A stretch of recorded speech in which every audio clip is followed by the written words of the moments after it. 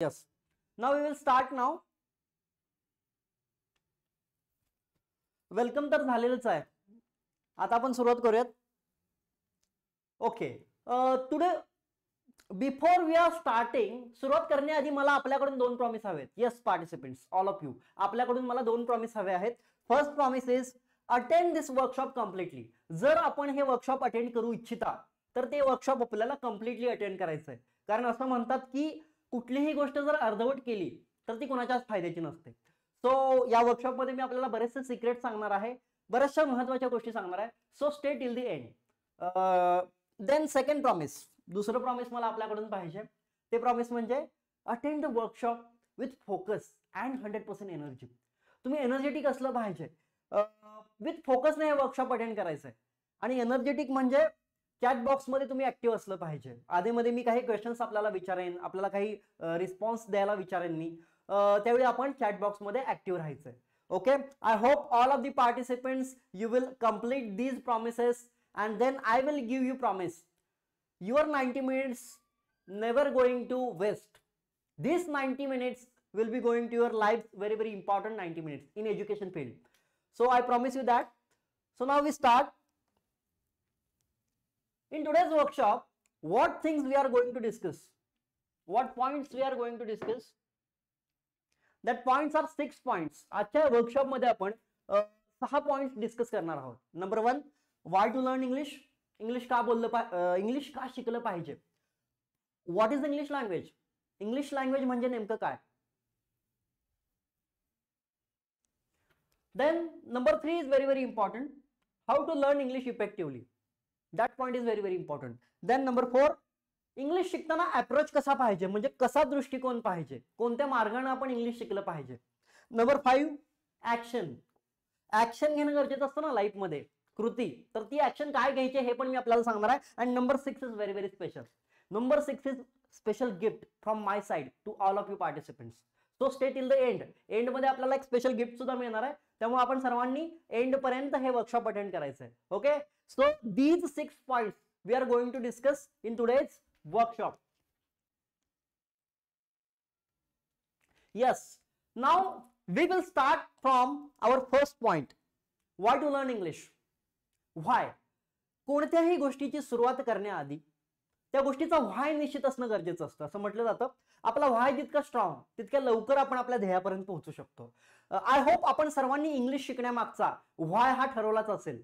म्हणूनच आजचा आपण हे वर्कशॉप अटेंड करताय. व्हाय खूप खूप इम्पॉर्टंट आहे. प्रत्येकाचा व्हाय इज डिफरंट, प्रत्येकाचा व्हाय हा वेगवेगळा असू शकतो. पण आज मी तुम्हाला एक स्ट्रॉंग व्हाय सांगणार आहे की का इंग्लिश शिकायचंय. ठीक आहे. सगळ्यात पहिल्यांदा मला सांगा इंग्लिश काय आहे. What is English. इंग्लिश एक भाषा आहे. ओके. भाषा एक लँग्वेज आहे. जसं की मराठी आहे, जापनीज आहे, जर्मन आहे, अगदी त्याच प्रकारे इंग्लिश एक भाषा आहे. आणि मला सगळ्यात पहिल्यांदा हे क्लिअर करायचंय की इथंच आपण चुकतो. आपण इंग्लिशकडे एक भाषा म्हणून बघतच नाहीये. आतापासून आपल्याला ही सवय लागलेली आहे. आपण इंग्लिशकडे फक्त एक विषय म्हणून बघत आलेलो आहोत. 5वी पासून 6वी पासून अगदी 10वी पर्यंत, 12वी पर्यंत, कॉलेज लाईफ पर्यंत इंग्लिश म्हणजे आपल्याला एक तो विषय म्हणून बघतो आपण त्याच्याकडे. विषय म्हणजे काय, जो की 80 किंवा 100 मार्कांचा पेपर असतो आणि जो की आपल्याला अवघड जातो. आणि म्हणून आपण आतापर्यंत एक बिलीफ, एक समज आपल्या डोक्यामध्ये आहे की इंग्लिश अवघड आहे. No, English is not easy, not hard. English is just a language. Okay. विषय आहे ठीक आहे, पण विषयाच्या पलीकडे जाऊन इंग्रजी ही एक भाषा सुद्धा आहे. आणि या जगातली कोणतीही भाषा, any language in the world used for 2 reasons only. या जगातली कोणतीही भाषा फक्त 2 कारणांसाठी वापरली जाते. पहिलं कारण अंडरस्टँड करण्यासाठी, एखादी गोष्ट समजून घेण्यासाठी. अँड सेकंड, एखादी गोष्ट व्यक्त होण्यासाठी, मांडण्यासाठी. बघा ना, भाषा हे एक जगातलं माध्यम आहे.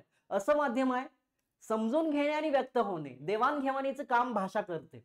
ठीक आहे. इंग्लिशचा वापर सुद्धा याच्यासाठीच होतो, एखादी गोष्ट अंडरस्टँड करण्यासाठी आणि एक्सप्रेस करण्यासाठी. पण मुद्दा असा आहे की एखादी गोष्ट समजून घेण्यासाठी आणि व्यक्त होण्यासाठी आपल्याकडे जर आपली मातृभाषा असेल, फॉर एक्झाम्पल मराठी, आपली मातृभाषा आहे ना आपल्या डोक्यामध्ये सेव्ह, मग इंग्लिशची काय आवश्यकता आहे. शॉर्ट मध्ये सांगतोय, जरा विचार करा. आपली मातृभाषा ठीक आहे, आपल्याला जमते, 100% जमते, मी काही कंपॅरिझन करत नाहीये. पण आपली मातृभाषा ही आपल्या प्रदेशापुरती मर्यादित असते. फॉर एक्झाम्पल, आपण जर मराठी भाषिक असाल, महाराष्ट्रीयन असाल, तर मराठी ही फक्त महाराष्ट्रापुरती मर्यादित पडते. आणि हल्लीच्या या जगामध्ये, आजच्या या युगामध्ये आपल्याला जर सक्सेसफुल व्हायचं असेल, एक्स्ट्राऑर्डिनरी व्हायचं असेल, तर आपल्याला आपल्या प्रदेशापुरतं मर्यादित राहून नाही चालणार. आपल्याला आपला आवाका वाढवला पाहिजे.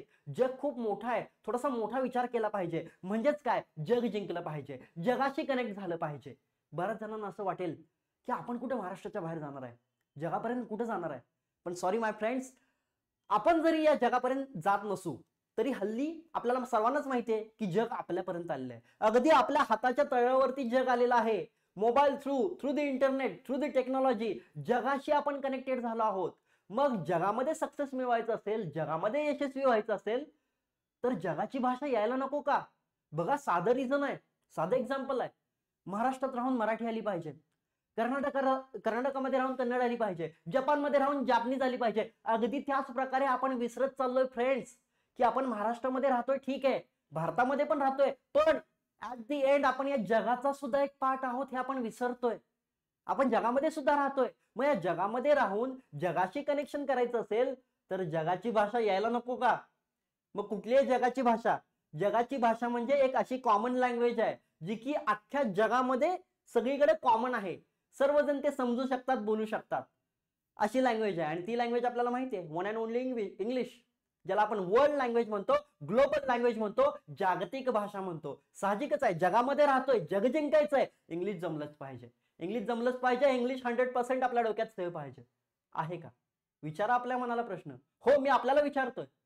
आपल्या डोक्यामध्ये आपली मातृभाषा 100% सेव्ह असते, पण ग्लोबल लँग्वेज, वर्ल्ड लँग्वेज आपल्या डोक्यामध्ये सेव्ह आहे का? विचारा आपल्या मनाला प्रश्न. जर नसेल, आणि सॅड पार्ट मी आपल्याला सांगू इच्छितो, एक अशी फॅक्ट आहे जी खरी फॅक्ट आहे. महाराष्ट्राचं एक्झाम्पल घेतो मी. या महाराष्ट्रामध्ये 90% सॉरी फक्त 10% जनता अशी आहे ज्याच्यामध्ये टीचर्स आहेत, स्टुडंट आहेत, ऑल ऑफ द पीपल्स. फक्त 10% लोक अशी आहेत ज्यांना इंग्लिश परफेक्टपणे जमतं. आणि सॅड पार्ट आहे, सॅड टू से, या महाराष्ट्रामध्ये 90% जनतेला इंग्लिश परफेक्ट नाहीये. 10% जनतेचं फक्त परफेक्ट आहे, 90% लोकांचं परफेक्ट नाहीये. मग बघा, विचारा आपल्या मनाला प्रश्न, आपण त्या 10% आहात, जमणाऱ्यांमध्ये की न जमणाऱ्यांमध्ये आहात, 90% मध्ये आहात. बघा, या जगामध्ये सर्वच लोक सक्सेसफुल होत नाहीत, सर्वच श्रीमंत होत नाहीत. ओनली 10 to 20% लोक आर एक्स्ट्रॉर्डिनरी. मग तुम्हाला काय व्हायचंय? सामान्य व्हायचंय की एक्स्ट्रॉर्डिनरी व्हायचंय, सक्सेसफुल व्हायचंय? मग आज जर या क्षणी आपण त्या 90% मध्ये असाल तर सॉरी टू से, आपण फेल आहात, आपण अपयशी आहात. मग काय करायचंय? जगामध्ये सक्सेस मिळवायचं तर जगाशी बोलता तर आलं पाहिजे ना, कम्युनिकेट तर करता आलं पाहिजे ना. म्हणून यस, इंग्लिश लँग्वेज जमलीच पाहिजे. या 10% मध्ये आपल्याला यावं लागेल ज्यांना इंग्लिश जमतं. आणि जर आपण 90% मध्ये असाल तर सॉरी टू से, 90% अपॉर्च्युनिटीज आपल्यापासून लांब जातील. त्या संधी तुम्हाला मिळणार नाहीत, त्या फक्त 10% लोकांना मिळणार. ती लोक पुढे जातील. साधा रिझन आहे.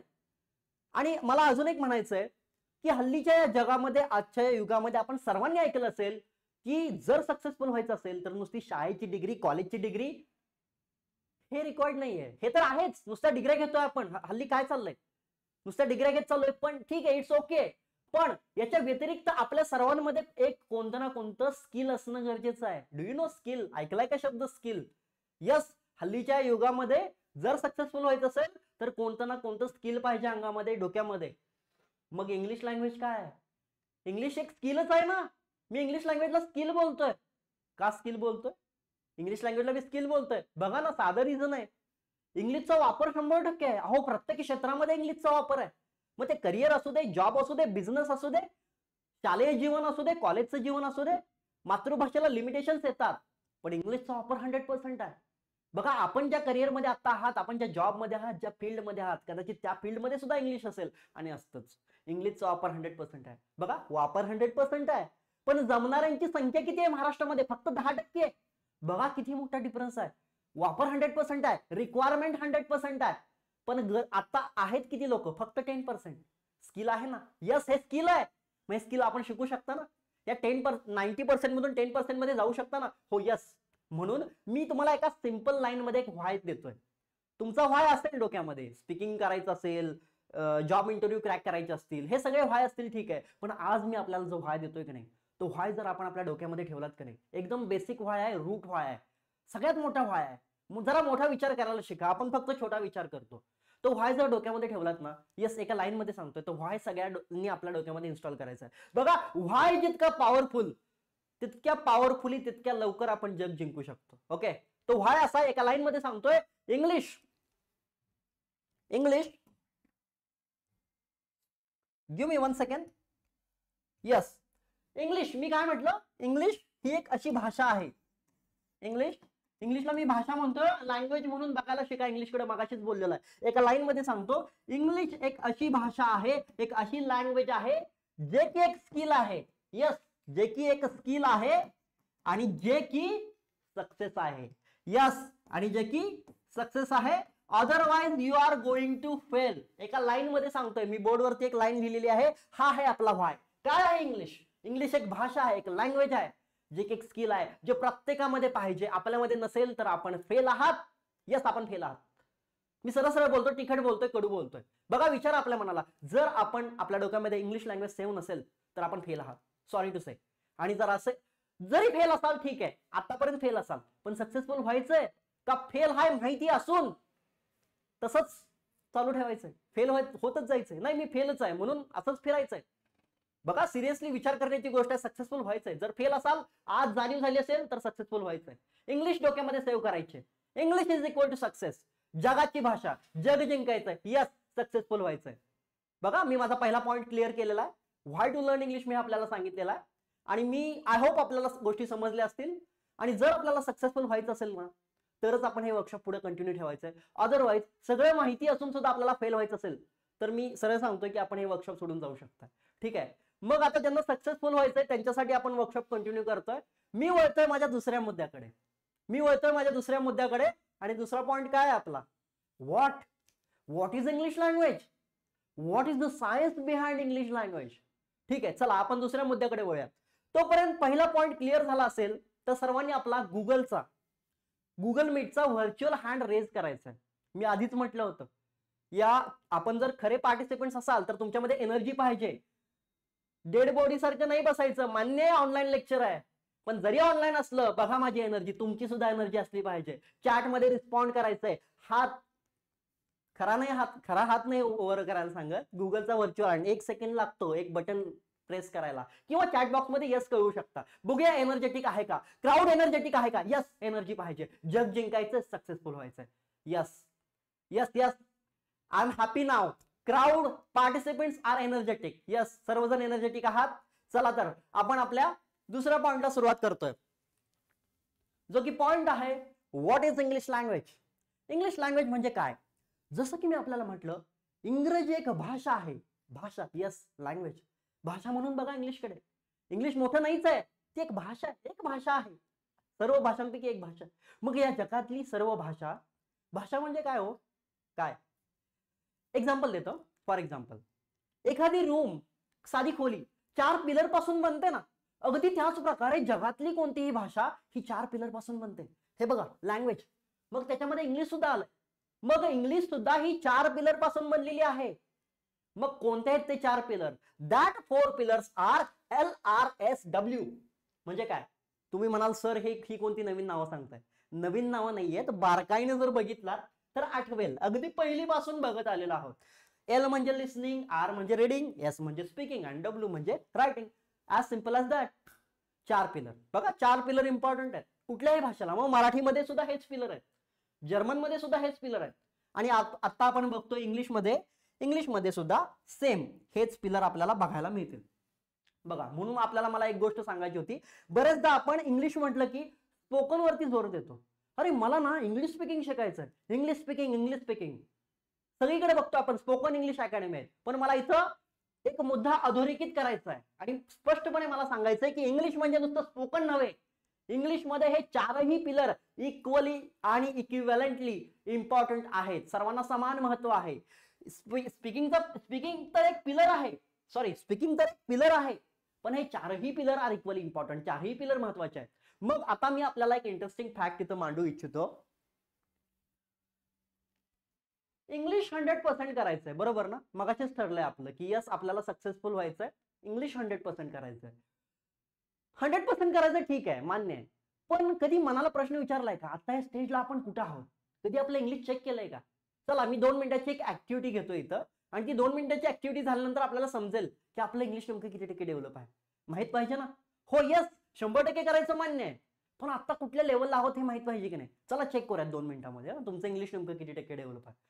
काहीच नाही, 2 मिनिटाची ऍक्टिव्हिटी आहे. मी 4 प्रश्न विचारणार आहे फक्त, तुमच्या मनाला विचारणार आहे, बॉडीला नाही. मन खरं असतं ना, मन दिल की आवाज खरं असतं. तुमच्या मनाला मी 4 प्रश्न विचारणार आहे आणि त्या प्रश्नांची प्रामाणिकपणे उत्तर मनाला विचारायची. मनाच्या आतून एक आवाज येईल. ठीक आहे, बघा 4 प्रश्न कोणते आहेत. माझा पहिला प्रश्न आहे या पिलर संदर्भात.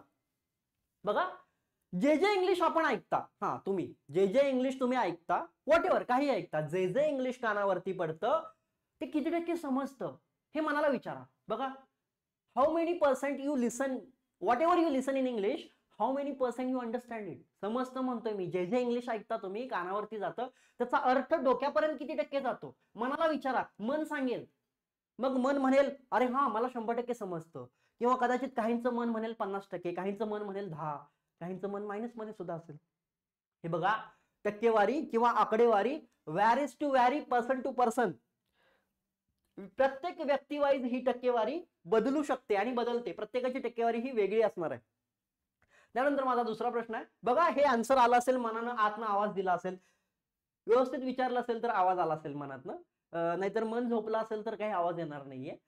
ठीक आहे. माझा दुसरा क्वेश्चन आहे रिडिंगशी रिगार्डिंग. बघा, इंग्लिश मध्ये वाचलेलं किती टक्के समजतं हा दुसरा प्रश्न आहे. आणि एक गोष्ट मला क्लिअर करायची आहे, वाचणे म्हणजे ते पहिलीतल्या मुलासारखं नुसतं वाचणे नव्हे. एखादं पेज तुम्ही वाचता इंग्लिशमध्ये आणि त्याचा अर्थ तुम्हाला किती टक्के समजतोय, डोक्यापर्यंत किती टक्के जातंय. मग तुम्ही 1 पान वाचा नाही 10 पान वाचा, ते वाचून समजतंय किती हे मनाला विचारा. मन सांगेल. आता मी ते एक्झाम्पल घेतोय. फॉर एक्झाम्पल, सचिन नावाचा एक विद्यार्थी, एक स्टुडंट आहे किंवा XYZ व्यक्ती आहे, त्याचा लिसनिंगचा पिलर फक्त 30% आहे. एक्झाम्पल घेतोय, तुमचं जास्त असू शकतोय किंवा कमी पण असू शकतो. त्याला फक्त 30% ऐकलेलं समजतंय. त्यानंतर त्याला रिडिंग मध्ये फक्त 20% समजतंय. म्हणजे जो त्यानं जर 10 लाईन वाचल्या किंवा 10 पेजेस वाचले तर त्याला फक्त 2 पेजेसचा अर्थ समजतोय, म्हणजे 20% समजतंय. तुमचं वेगळं असू शकतं. तिसरा महत्वाचा प्रश्न आहे, व्हेरी इम्पॉर्टंट प्रश्न आणि माय फेवरेट क्वेश्चन. बघा, आपल्याला विचारतोय मी, इंग्लिशमध्ये बोलता किती टक्के येतंय, म्हणजे इंग्लिशमध्ये किती टक्के बोलू शकताय. हो, तुमच्या मनाला विचारतोय. आतापर्यंत एवढंच म्हणत आलोय, अरे मला ना इंग्लिश बोलायलाच येत नाही, माझं तर इंग्लिशच कच्चं आहे. पण थोडंफार तर बोलू शकत असाल ना. कधी असं विचारलंय का मनाला? ठीक आहे, येत नाही बोलता, पण आता या स्टेजला किती टक्के बोलता येते विचारा मनाला. मग काहींचं 0 असेल, काहींचं 100 असेल, काहींचं मायनस मध्ये असेल, काहींचं 50% असेल. इंग्लिश म्हणजे करेक्टली म्हणतोय मी, अंदाजपंच नाही. थोडंफार तर बोलता येत असेल की नाही, मान्य 100% येत नाही, 10-20% तर येत असेल की नाही. मग ते आकडेवारी मनाला विचारा, मन सांगेल. सपोज ह्या विद्यार्थ्याला 10% बोलता येते फक्त. ओके. आणि माझा शेवटचा प्रश्न आहे रायटिंगच्या पिलरशी रिगार्डिंग. मी आपल्याला विचारतो की इंग्लिशमध्ये लिहिता किती टक्के येते. लिहिणे म्हणजे ते शालेय जीवनात केले तसं नव्हे, डॉंकी वर्क, असाइनमेंट वगैरे, समोरच्या पुस्तकातलं उतरून काढतोय, तसं नव्हे. लिहिणे म्हणजे विचार करून, डोक्यामध्ये एक विचार आणा आणि लिहिलं. ते करेक्टली किती पर्सेंट लिहू शकताय. तुम्हाला एखाद्या विषयावर निबंध लिहायला सांगितला किंवा एखादा मेसेज, एखादा मेल लिहायला सांगितला, विचार करून मनानं किती टक्के लिहू शकताय.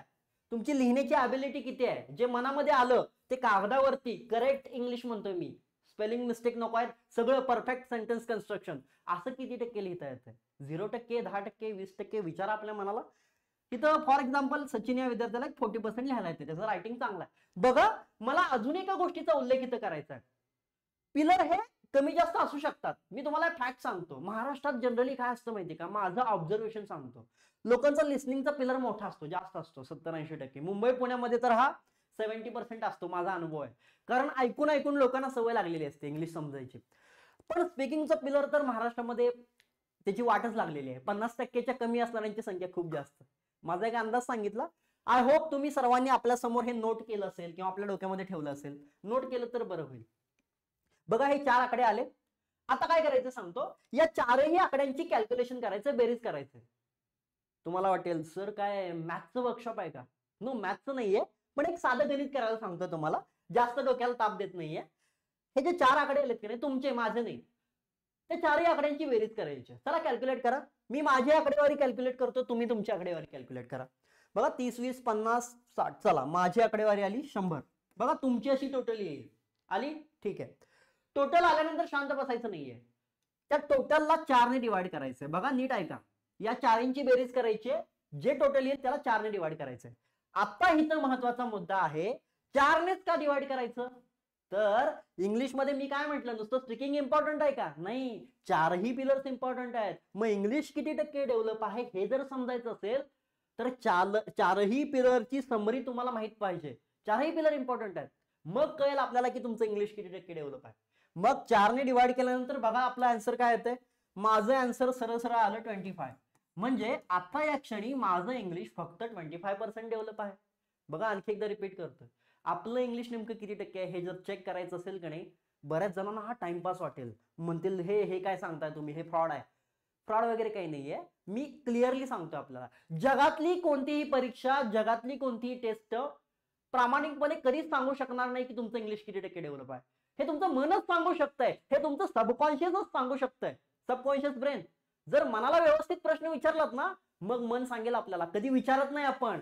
मन तो बताने के लिए बैठा है. आपने कभी पूछा है मन से, दिल से? ओके, विचारणं गरजेचं आहे. जर विचारलं तर ते करेक्ट सांगेल. ते सांगेल अरे हा माझं इंग्लिश 25% आहे, 30% आहे. पण हे 4 प्रश्न विचारणं गरजेचं आहे. या 4ही प्रश्नांची कॅल्क्युलेशन करून जे आन्सर येईल ना ते तुमचं इंग्लिश आहे. बघा मी आपल्याला सांगितलं. आय होप आपण हा एक्सरसाइज केला असेल, आपल्याला समजला असेल. आणि केला नसेल तर तुम्ही आळशी आहात, लेझी आहात. बघा मी काय म्हटलंय आपल्याला, एनर्जी पाहिजे. यस, जग जिंकायचंय. हे असंच बसायचं नाही. वर्कशॉप आहे. वर्कशॉपचा अर्थ काय असतो? मी नुसतं बोलणार नाही, तुम्ही सुद्धा ऍक्शन घ्यायचे. बघा, करा. मी काय विचारणार नाही तुम्हाला तुमचं इंग्लिश किती टक्के डेव्हलप आहे, पण तुमच्या मनाला तरी सांगा ना. ऍटलीस्ट 100% करायचं ठीक आहे, पण आता कुठे आहोत हे माहित पाहिजे ना. या अँगलनं कधी विचारच नाही आपण करत. ठीक आहे, चला. सचिन या विद्यार्थ्याचं इंग्लिश 25% आलेलं आहे. ओके, मग आता माझा सरळ मुद्दा आहे. थोडासा आरसा दाखवण्याचा प्रयत्न करतोय आपल्याला. लक्ष देऊन ऐकायचं. मी आपल्याला काय म्हटलं, कोणत्याही भाषेमध्ये हे 4 पिलर असतात. मग मी समजा इथं ही इंग्लिशच्या जागी मराठी आपल्या मातृभाषेला आणलं 2 मिनिटासाठी, तर मातृभाषेमध्ये सुद्धा हे 4 पिलर असतील का? हो, यस. तुम्ही मराठीचं जरी उदाहरण घेतलं तरी मराठीमध्ये सुद्धा हे 4 पिलर आहेत. काही नाही, फक्त आरसा दाखवतोय. 1 मिनिट ऐकायचं मी काय म्हणतो. इंग्लिश जाऊ दे, सोडून द्या. चला मराठीचा विचार करूया. इंग्लिशच्या जागी जर मराठीमध्ये सुद्धा मी आपल्याला जर हे 4 प्रश्न विचारले तर माझा सिंपल प्रश्न आहे, मराठी किती टक्के डेव्हलप आहे? यात वेळ घालवत नाही, मी डायरेक्टली सांगतो. सांगू का मराठी किती टक्के डेव्हलप आहे? विचारा आपल्या मनाला, मराठीमध्ये ऐकलेलं किती टक्के समजतं? 100% समजतं. मराठी म्हणजे अवघड मराठी म्हणत नाही मी, साधी मराठी कम्युनिकेशनची. समजतं ना सगळं? समजत असेल म्हणूनच माझं मी बोलतोय ते समजत असेल. हो. त्यानंतर मराठीमध्ये वाचलेलं समजतं ना, न्यूजपेपर वगैरे वाचतो, समजतं मराठीमध्ये, म्हणून सोपं वाटतं. मराठीमध्ये बोलता येतं का? हो, 100% बोलता येतं. अगदी शिव्या सुद्धा मराठीमध्येच देतो. हो की नाही? म्हणजे बडबडतो आपण, समोरच्याला म्हणायला लागतं अरे थांब. हो की नाही? रायटिंग मराठीमध्ये लिहिता येतं का?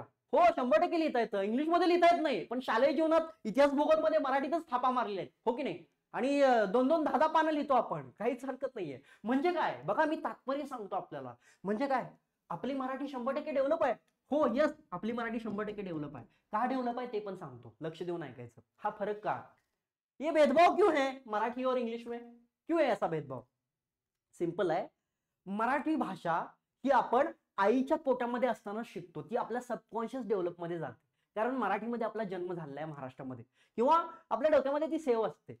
कारण चला नव्या भाषेत सांगतो, मराठी आहे ना आपली इंटरनल मेमरी आहे. माहिती आहे ना, इंटरनल मेमरी आतलीच मेमरी आहे. ती शिकावी लागत नाही, ऑलरेडी इन्स्टॉल आहे. जन्म होतो त्यावेळी इन्स्टॉल असते डोक्यामध्ये, म्हणून ती 100% असते, म्हणून शिकावी लागत नाही. मग चला थोडंसं कंपॅरिझन करूयात. इंग्लिश आपली लँग्वेज नाहीये, इंग्लिश एक्सटर्नल लँग्वेज आहे, दुसऱ्याची लँग्वेज आहे. ती इन्स्टॉल करावी लागते, शिकावी लागते. नाही शिकलात, नाही इन्स्टॉल केलीत, इन्स्टॉल होत नाही. आणि तेच तर आपण करतो. आपण हेच समजून घेत नाही. नुसतं म्हणतो मला इंग्लिश येत नाही. अरे पण ती आहे का लँग्वेज तुमची? नसेल तर मग ती शिकण्याचा प्रयत्न करा ना, आणि ती 100% करण्याचा प्रयत्न करा. जास्त लांबट लावत नाही, एक प्रकाश टाकतो या मुद्द्यावरती. बघा, जनरली मला विद्यार्थी विचारतात, स्टुडंट्स, की सर मला ना इंग्लिशमध्ये बोलता येत नाही, कॉन्फिडन्स कमी पडतो. हा, कॉन्फिडन्स बघा, शब्द ऐका लक्ष देऊन. आणि मला फ्लुएंटली इंग्लिश बोलता येत नाही, फ्लुएन्सी दुसरा शब्द. मग मी त्यांना उलटा प्रश्न विचारतो. मी म्हणतो अरे मग मराठीमध्ये आहे का कॉन्फिडन्स? मराठीमध्ये आहे का फ्लुएन्सी? मराठी बोलताना कधी असा प्रश्नच पडत नाही, कॉन्फिडन्स फ्लुएन्सी. इतक्या आत्मविश्वासाने बोलतो आपण, आणि मराठीमध्ये फ्लुएन्सी म्हणतो, फ्लुएन्सीचं उत्तर देतो. आपण एवढे बडबडतो, समोरच्याला म्हणायला लागतं अरे थांब, किती बडबडा लागलायस. त्यालाच फ्लुएन्सी म्हणतात. मग आहे ना मराठीमध्ये फ्लुएन्सी, आहे ना कॉन्फिडन्स? का आहे? हा, का आहे हे बघा. मराठीचा स्पीकिंगचा पिलर 100% म्हणून आहे. यस, स्पीकिंगचा पिलर 100% आहे. इंग्लिशमध्ये का असे प्रश्न पडतात? कॉन्फिडन्स नाहीये, फ्लुएन्सी नाहीये. अरे पिलर 100% नाहीये, पिलर आहे 25%. कसं होईल बघा, पिलर 10% आहे, कशी येणार फ्लुएन्सी? असे प्रश्नच पडले नाहीत पाहिजेत. तुम्ही आपण काय करतो ना, प्रॉब्लेम वरती काम करतो. अरे मुळावरती काम करायला शिका, रूट वरती काम करायला शिका. हे फ्लुएन्सी, कॉन्फिडन्स असे प्रश्न नाहीत पडणार जर तुम्ही तुमचा स्पीकिंगचा पिलर 100% केला. यस, मी मुद्द्यावरती येतोय. आणि स्पीकिंगचाच नाही, सगळे पिलर 100% करायचे आहेत. कधी कॉन्फिडन्स येणार आहे? यस, मराठीमध्ये आहे ना कॉन्फिडन्स. कॉन्फिडन्स केव्हा येणार आहे? या 25ला, किंवा तुमची आता जी आकडेवारी आहे की नाही, त्या 25ला जेव्हा 100 मध्ये कन्वर्ट कराल का नाही, जेव्हा आपलं इंग्लिश 100% डेव्हलप होईल का नाही, डोक्यामध्ये सेव्ह होईल का नाही एक्सटर्नल मेमरी कार्ड म्हणून, त्यावेळी, यस अगदी त्यावेळी कधीच प्रश्न पडणार नाही. मी सोप्या भाषेत सांगतो बघा, इमॅजिन करा 2 मिनिटासाठी. या अँगलनं कधी विचारच केला नाही आपण. गोष्टी खूप सोप्या असतात, आपण अवघड करतो. बघा, विचार करा 2 मिनिटं. मराठी आहे ना 100% डोक्यात, आहे ना आत्मविश्वास. इंग्लिश जर 100% झालं ना, इंग्लिश जर 100% झालं ना, मी एवढंच म्हणेन की मराठी सारखं इंग्लिश वापराल. मराठी बघा कसंही वापरतो ना, वापरतो, ऐकतो, बोलतो. इंग्लिश पण तसंच कराल जेव्हा इंग्लिश 100% झालं तर. मग काय तात्पर्य काय? यस, इंग्लिशला 100% करायचं, हे तात्पर्य आहे. यस, हे तात्पर्य आहे. आता 25% असेल, 30% असेल, 90% जरी असेल तरी 100% करायचंय. इंग्लिश 100% करायचंय, म्हणजे इंग्लिश डेव्हलप करायचंय, डोक्यामध्ये सेव्ह करायचंय, सक्सेसफुल व्हायचंय, जग जिंकायचंय. यस, आय होप आपण ही ऍक्टिव्हिटी राबवली, आपल्या समोर केली असेल. आपलं इंग्लिश आलं असेल कितीतरी, येऊ दे, कितीतरी येऊ दे, त्याला 100 करायचंय. बघा, आता थांबायचं नाही. का आलंय ना, एवढं आलंय, थांबायचं नाही, 100 करायचं. मग कसं करायचं? यस, येणार आहे, त्याच पॉइंटवर येणार आहे. माझा तिसरा मुद्दा तोच आहे ना, how can we develop our English 100% effectively. चला, मी जातोय माझ्या तिसऱ्या मुद्द्याकडे, पण त्याआधी जरा एनर्जी दाखवा. बघूया, दुसरा पॉइंट समजला का? अंडरस्टँड झाला का? इंग्लिश चेक केलं का आपण? Raise your hands. I am going to move on my third point. Raise your, sorry, hands म्हणजे खरे हात उचलू नका, ते गुगलचा व्हर्च्युअल झूम हँड उचला. आणि त्याला पण थोडासा त्रास द्या ना व्हर्च्युअल हँडला. आणि नसेल तर चॅट बॉक्स मध्ये यस कळवा. ठीक आहे, थोडी मेहनत घ्या ना आपण सुद्धा. यस, मी येतोय माझ्या तिसऱ्या मुद्द्याकडे, आणि जो की खूप महत्वाचा मुद्दा आहे. आणि त्या मुद्द्यासाठी आपण उत्सुक असालच, इंग्लिश शिकायचं कसं, नेमकं कसं शिकायचं. तर मी जातोय माझ्या थर्ड स्लाइडकडे, सॉरी तिसऱ्या मुद्द्याकडे. Yes, know your English level ही स्लाइड झालेली आहे आपली. मागच्या स्लाइड मध्ये मी आपल्याला सांगितलं की तुमची इंग्लिशची लेवल किती आहे, किती टक्के डेव्हलप आहे. Yes, now we move on our main point, how to learn English. मी काय म्हटलं आपल्याला, इंग्लिश काय आहे? यस, इंग्लिश काय आहे? इंग्लिश एक भाषा आहे, एक लँग्वेज आहे. मग जगातली कोणतीही भाषा जर आपल्याला शिकायची असेल तर ती कशी शिकायची? यस, या जगामध्ये ना आपल्याला कुठलीही भाषा शिकायची असेल, इंग्लिश फक्त एक तर भाषा आहे, तुम्ही कुठलीही भाषा शिकू शकता. आणि मला इथं जाहीर करायचं आहे, खरंच, हे बघा, जगातली कुठलीही भाषा म्हणून बघा, अवघड नसते, सोपी नसते. अवघड नसते, सोपी नसते, ते फक्त एक माध्यम असतं कम्युनिकेशनचं. ते अवघड नसतं, ते सोपं नसतं, ते एक माध्यम असतं. त्यामुळे इंग्लिश अवघड नाहीये, सोपी नाहीये. चला मेन पॉइंट कडे वळूयात. जगामध्ये कुठलीही भाषा शिकायची ना मित्रांनो, तर आपल्याला 3च प्रकारे शिकता येते, 3च मेथड आहेत. बघा, मी इथे लिहिलेलं आहे, 3 ways to learn any language in this world. मग त्या 3 पद्धती कोणत्या आहेत त्या आधी समजून घेऊयात. एक तर आपण त्या भाषेचं नेटिव्ह असली पाहिजे, ही पहिली पद्धत. नेटिव्ह म्हणजे रहिवाशी असलं पाहिजे, आपण त्या भाषेमध्ये आपला जन्म झाला पाहिजे किंवा तिथं राहणार वास्तव्यास असलं पाहिजे. दुसऱ्या अँगलला आपण शिकू शकतो, तो पॉइंट आहे, एकतर त्या भाषेचं वातावरण आपल्या आजूबाजूला पाहिजे. यस, वातावरण आपल्या आजूबाजूला पाहिजे. नसेल तर अजून एक तिसरी मेथड आहे, त्या मेथडनं आपण ती भाषा शिकू शकतो. ती मेथड आहे ग्रामर. त्या भाषेचं ग्रामर आपण शिकलं पाहिजे, म्हणजेच व्याकरण. Yes, grammar.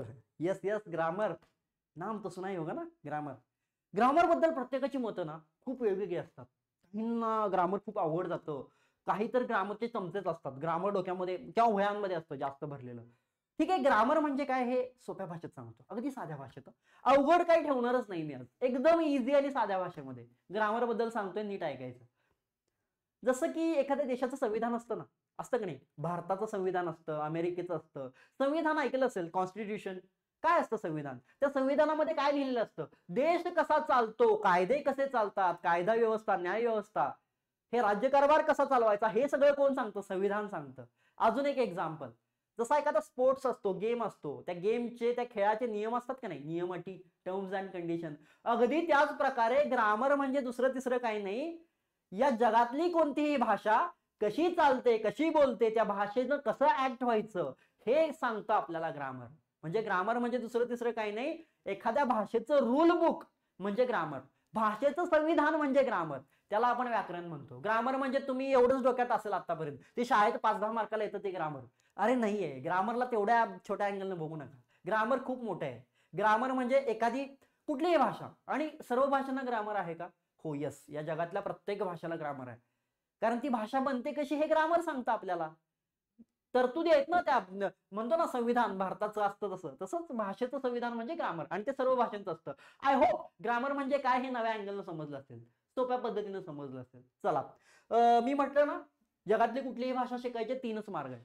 ठीक आहे, आता थोडंसं एक मराठीचं एक्झाम्पल घेतो मी. मातृभाषा, आपल्या सर्वांची मातृभाषा आहे ना मराठी. चला मराठीचं एक्झाम्पल घेतो. मग मराठी पण एक भाषा आहे ना, मग ती कशी शिकलो आपण? यस, ती शिकण्यासाठी सुद्धा या 3 पैकी एक मार्ग आपण चूज केला. कुठला चूज केला सांगताय? बघा, 3 पैकी कुठल्या मार्गाने मराठी शिकलोय? बघा, मराठीचे रहिवासी आहोत का आपण? मराठीमध्ये जन्म झालाय का? महाराष्ट्रामध्ये आहोत का? हो, यस. मग या पहिल्या मार्गाने आपण मराठी शिकलेलो आहे. मराठीचे नेटिव्ह आहोत आपण, मगाशीच बोललोय. त्यामुळे 3 पैकी 3 मार्ग शिकण्याची गरज नाहीये. त्यामुळे या मार्गाची आपल्याला गरजच पडत नाहीये. यस, मराठीचं वातावरण असतं आपल्या आजूबाजूला, पण याची कधी गरज पडत नाही, आणि म्हणून मराठीचं ग्रामर शिकत नाही. यस, बऱ्याच जणांना असं वाटतं, अरे मराठीचं ग्रामर शिकत नाही आपण, इंग्लिशचं ग्रामर का शिकायचं? तर त्या प्रश्नाचं हे उत्तर आहे. अरे मराठीचं ग्रामर आपण शिकत नाही कारण मी मगाशीच बोललोय, मराठी ही भाषा आपल्याला शिकावी लागतच नाही. त्याच्या आपण नेटिव्ह आहोत, रहिवासी आहोत. आईच्या पोटामधून येतानाच ते आपल्या सबकॉन्शियस मध्ये फीड झालेली आहे. आपली इंटरनल मेमरी आहे मराठी. त्यामुळे मराठीबद्दल किंवा आपल्या मातृभाषेबद्दल जी कोणती असेल अभिमान बाळगायचा. कारण मातृभाषा ही आपल्याला लाभलेली एक देणगी असते, जन्मजात देणगी असते, ती कधी शिकावी लागत नाही, जास्त एफर्ट्स घ्यावे लागत नाहीत. यस, म्हणून आपल्या भाषेचा अभिमान पाहिजेच. पण असं नाही की इंग्लिश शिकायचं नाही. आता इंग्लिश वरती येतोय मी. ठीक आहे, प्रदेशापुरतं मर्यादित राहायचं नाहीये, जग जिंकायचं आहे. ठीक आहे, मराठी ही चांगली गोष्ट आहे. मराठी आहे ना सेव्ह 100%. आता इंग्लिश सुद्धा पाहिजे. ठीक आहे, मराठीचं एक्झाम्पल झालं. मी तुम्हाला एका वेगळ्या अँगलनं पण सांगितलं मराठीचं. आता इंग्लिशचं एक्झाम्पल घेऊयात का? जास्त वेळ नको घालवायला. चला, इंग्लिश कसं शिकायचं? मेन प्रॉब्लेम तोच आहे ना, इंग्लिश शिकायचं. या जगातली सर्वात टॉपची भाषा, जागतिक भाषा आपल्याला शिकायची आहे. मग इंग्लिश सुद्धा शिकायचं असेल ना फ्रेंड्स, आपल्या समोर हे 3च मार्ग आहेत. या 3 व्यतिरिक्त तुमच्याकडे कुठलाही मार्ग नाही, 3च मार्ग आहेत. मग चला बघूयात कुठला मार्ग चूज करूयात. हा, इंटरेस्टिंग व्हायचंय, उत्सुकता आपली वाढली पाहिजे. आहात ना इंटरेस्टेड? चला बघूयात 3 पैकी कुठल्या मार्गाने इंग्लिश शिकायचं. पहिला मार्ग आपल्या पुढे नेटिव्ह. पहिला मार्ग नेटिव्ह म्हणजे काय? इंग्रजी भाषेचा रहिवासी व्हायचं. हा मार्ग स्वीकारू शकताय का? मी तर जास्त वेळ घालवतच नाही, सरळ सरळ नो. हा मार्ग क्लोज आहे आपल्यासाठी. का? इस जन्म में तो पॉसिबल नहीं है बिकॉज अगर ऐसा है तो इंग्लंड में जाकर जन्म लेना पड़ेगा, इस जन्म में वो पॉसिबल नहीं है. म्हणजे आपण इंग्रजी भाषेचे रहिवासी आहोत का? इंग्लंडमध्ये राहतो का आपण? नो ना. त्यामुळं आपण इंग्रजी भाषेचा रहिवासी नाही आहोत. त्यामुळं हा मार्ग आपल्यासाठी ब्लॉक आहे. मग राहतात 2 मार्ग. दोन्ही मार्ग खुले आहेत का? हो, दोन्ही मार्ग खुले आहेत. या दोन्ही पैकी एक चूज करायचा, मस्तपैकी इंग्लिश शिकायचं. कुठला चूज करायचा मी सांगणार आहे तुम्हाला, 2 मिनिटांमध्ये सांगणार आहे. पण हा मार्ग ब्लॉक आहे. बघा, अगेन दुसऱ्या मुद्द्यावरती येतोय मी मगाच्या. का ब्लॉक आहे? अरे ती आपली एक्सटर्नल मेमरी आहे. मराठीमध्ये भारी होतं ना. बघा मगाशी मराठीचं कसं सांगितलं, मातृभाषेचं नेटिव्ह होतो, त्यामुळे ग्रामर बी शिकायला लागलं नाही, भाषा पण सेव्ह झाली डोक्यामध्ये. पण इंग्रजी ही आपली एक्सटर्नल मेमरी आहे, हे लक्षात ठेवा. त्यामुळे ती इंटरनल नाहीये, ते तुम्हाला इन्स्टॉल करावं लागेल डोक्यामध्ये, आणि तेच आपण करत नाहीये. ठीक आहे, मग चला कसं करायचं? 2 मार्ग आहे. एक पहिला मार्ग आहे, हा दुसरा मार्ग आहे. आणि म्हणूनच या भारतामध्ये, या महाराष्ट्रामध्ये जे कोणी इंग्लिश शिकणार आहे, मग ते लहान मुलगा असू दे, मोठा माणूस असू दे, शिक्षक असू दे, विद्यार्थी असू दे, कोचिंग क्लासेस असू देत, इन्स्टिट्यूट असू देत, विद्यापीठ असू दे, कॉलेज असू दे, जे इंग्लिश शिकणारे आणि शिकवणारे आहेत ना, ते हेच अप्रोच फॉलो करतात, ते हेच मार्ग फॉलो करतात. चौथा कुठला मार्गच नाहीये. मग ते क्लासेसवाले असू देत, शिक्षक असू देत, विद्यार्थी असू देत, इंग्रजी शिकणारे असू देत, हे 2 मार्ग फॉलो करतात. या मार्गांना मी अप्रोच म्हणतो. यस, माझा चौथा मुद्दा आठवला का? हाऊ कळालं का? 2 मार्ग आहेत आपल्या पुढे. आता मी येतोय माझ्या चौथ्या मुद्द्याकडे, अप्रोच. अप्रोच म्हणजे काय? अप्रोच म्हणजे मार्ग, दृष्टिकोन. हाऊ काय आलं, 3 मार्ग आहेत, एक ब्लॉक आहे, 2 ओपन आहेत.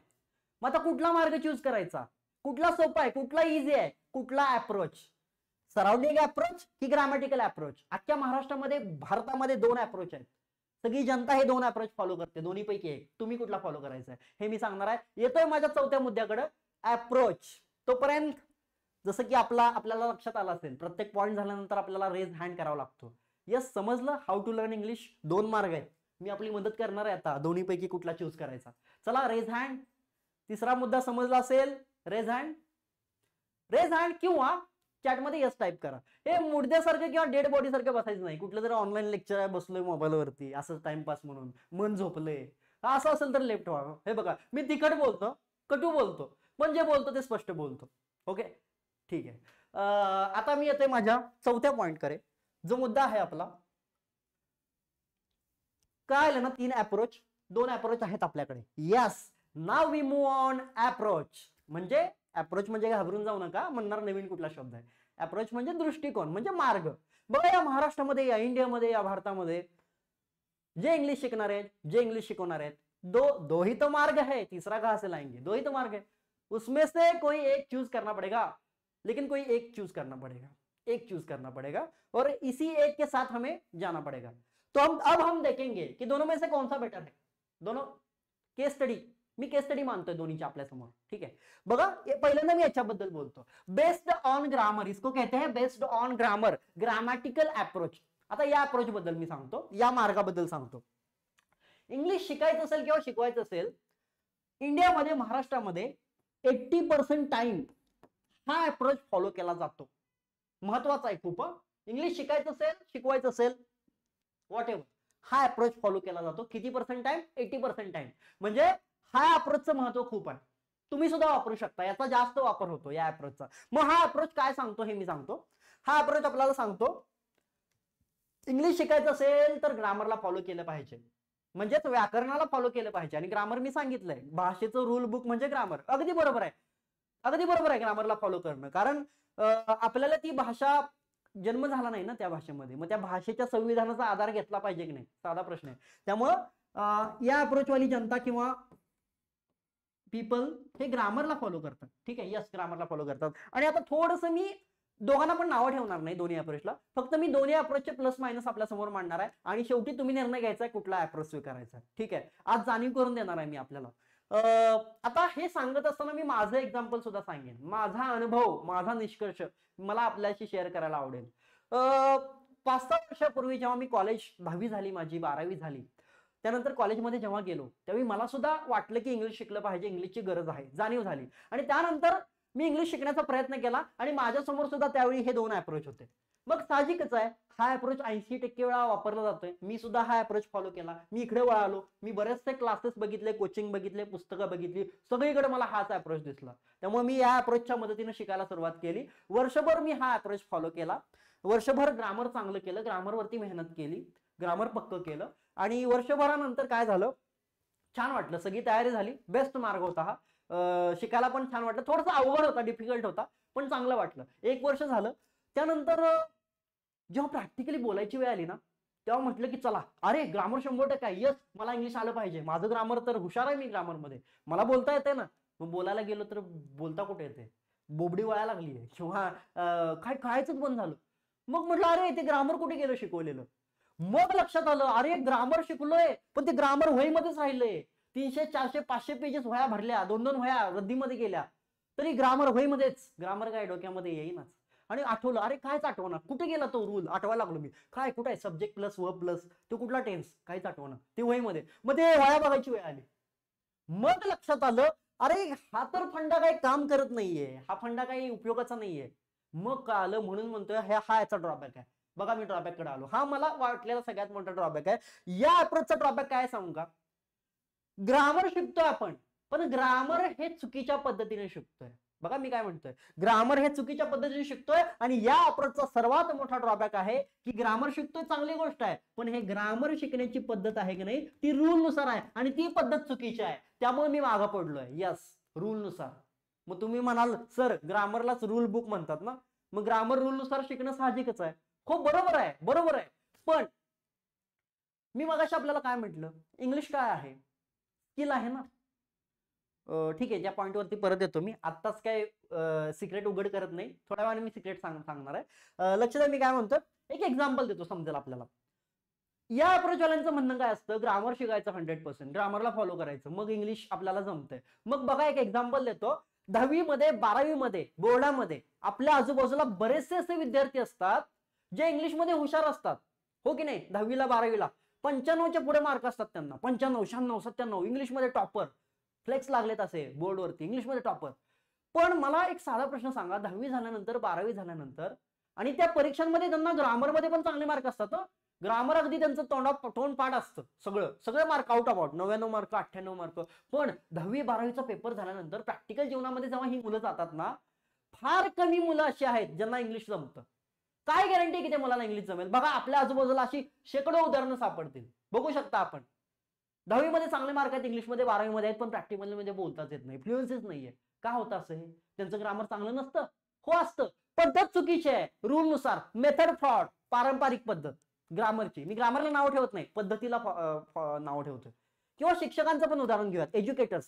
इंडियामध्ये महाराष्ट्रामध्ये बरेचसे असे एज्युकेटर्स आहेत किंवा हुशार विद्यार्थी आहेत, त्यांचं ग्रामर तोंडफट असतं, ग्रामर चांगलं असतं, पण त्या खूप कमी जणांना इंग्लिश परफेक्टली बोलता येतं. बघायचं, इंग्लिश टीचर ग्रामर चांगला आहे, इंग्लिश बोलता येईलच का? असं नाहीये, नाही येत बोलता. काय येत नाही प्रॅक्टिकल मध्ये बोलता? ग्रामर चांगला असून उपयोग नाही, ग्रामर शिकण्याची पद्धत चुकीची आहे, ग्रामर शिकण्याची पद्धत फ्रॉड आहे. माझं मगाशी मी जसं म्हणत होतो, इंग्लिश एक स्किल आहे.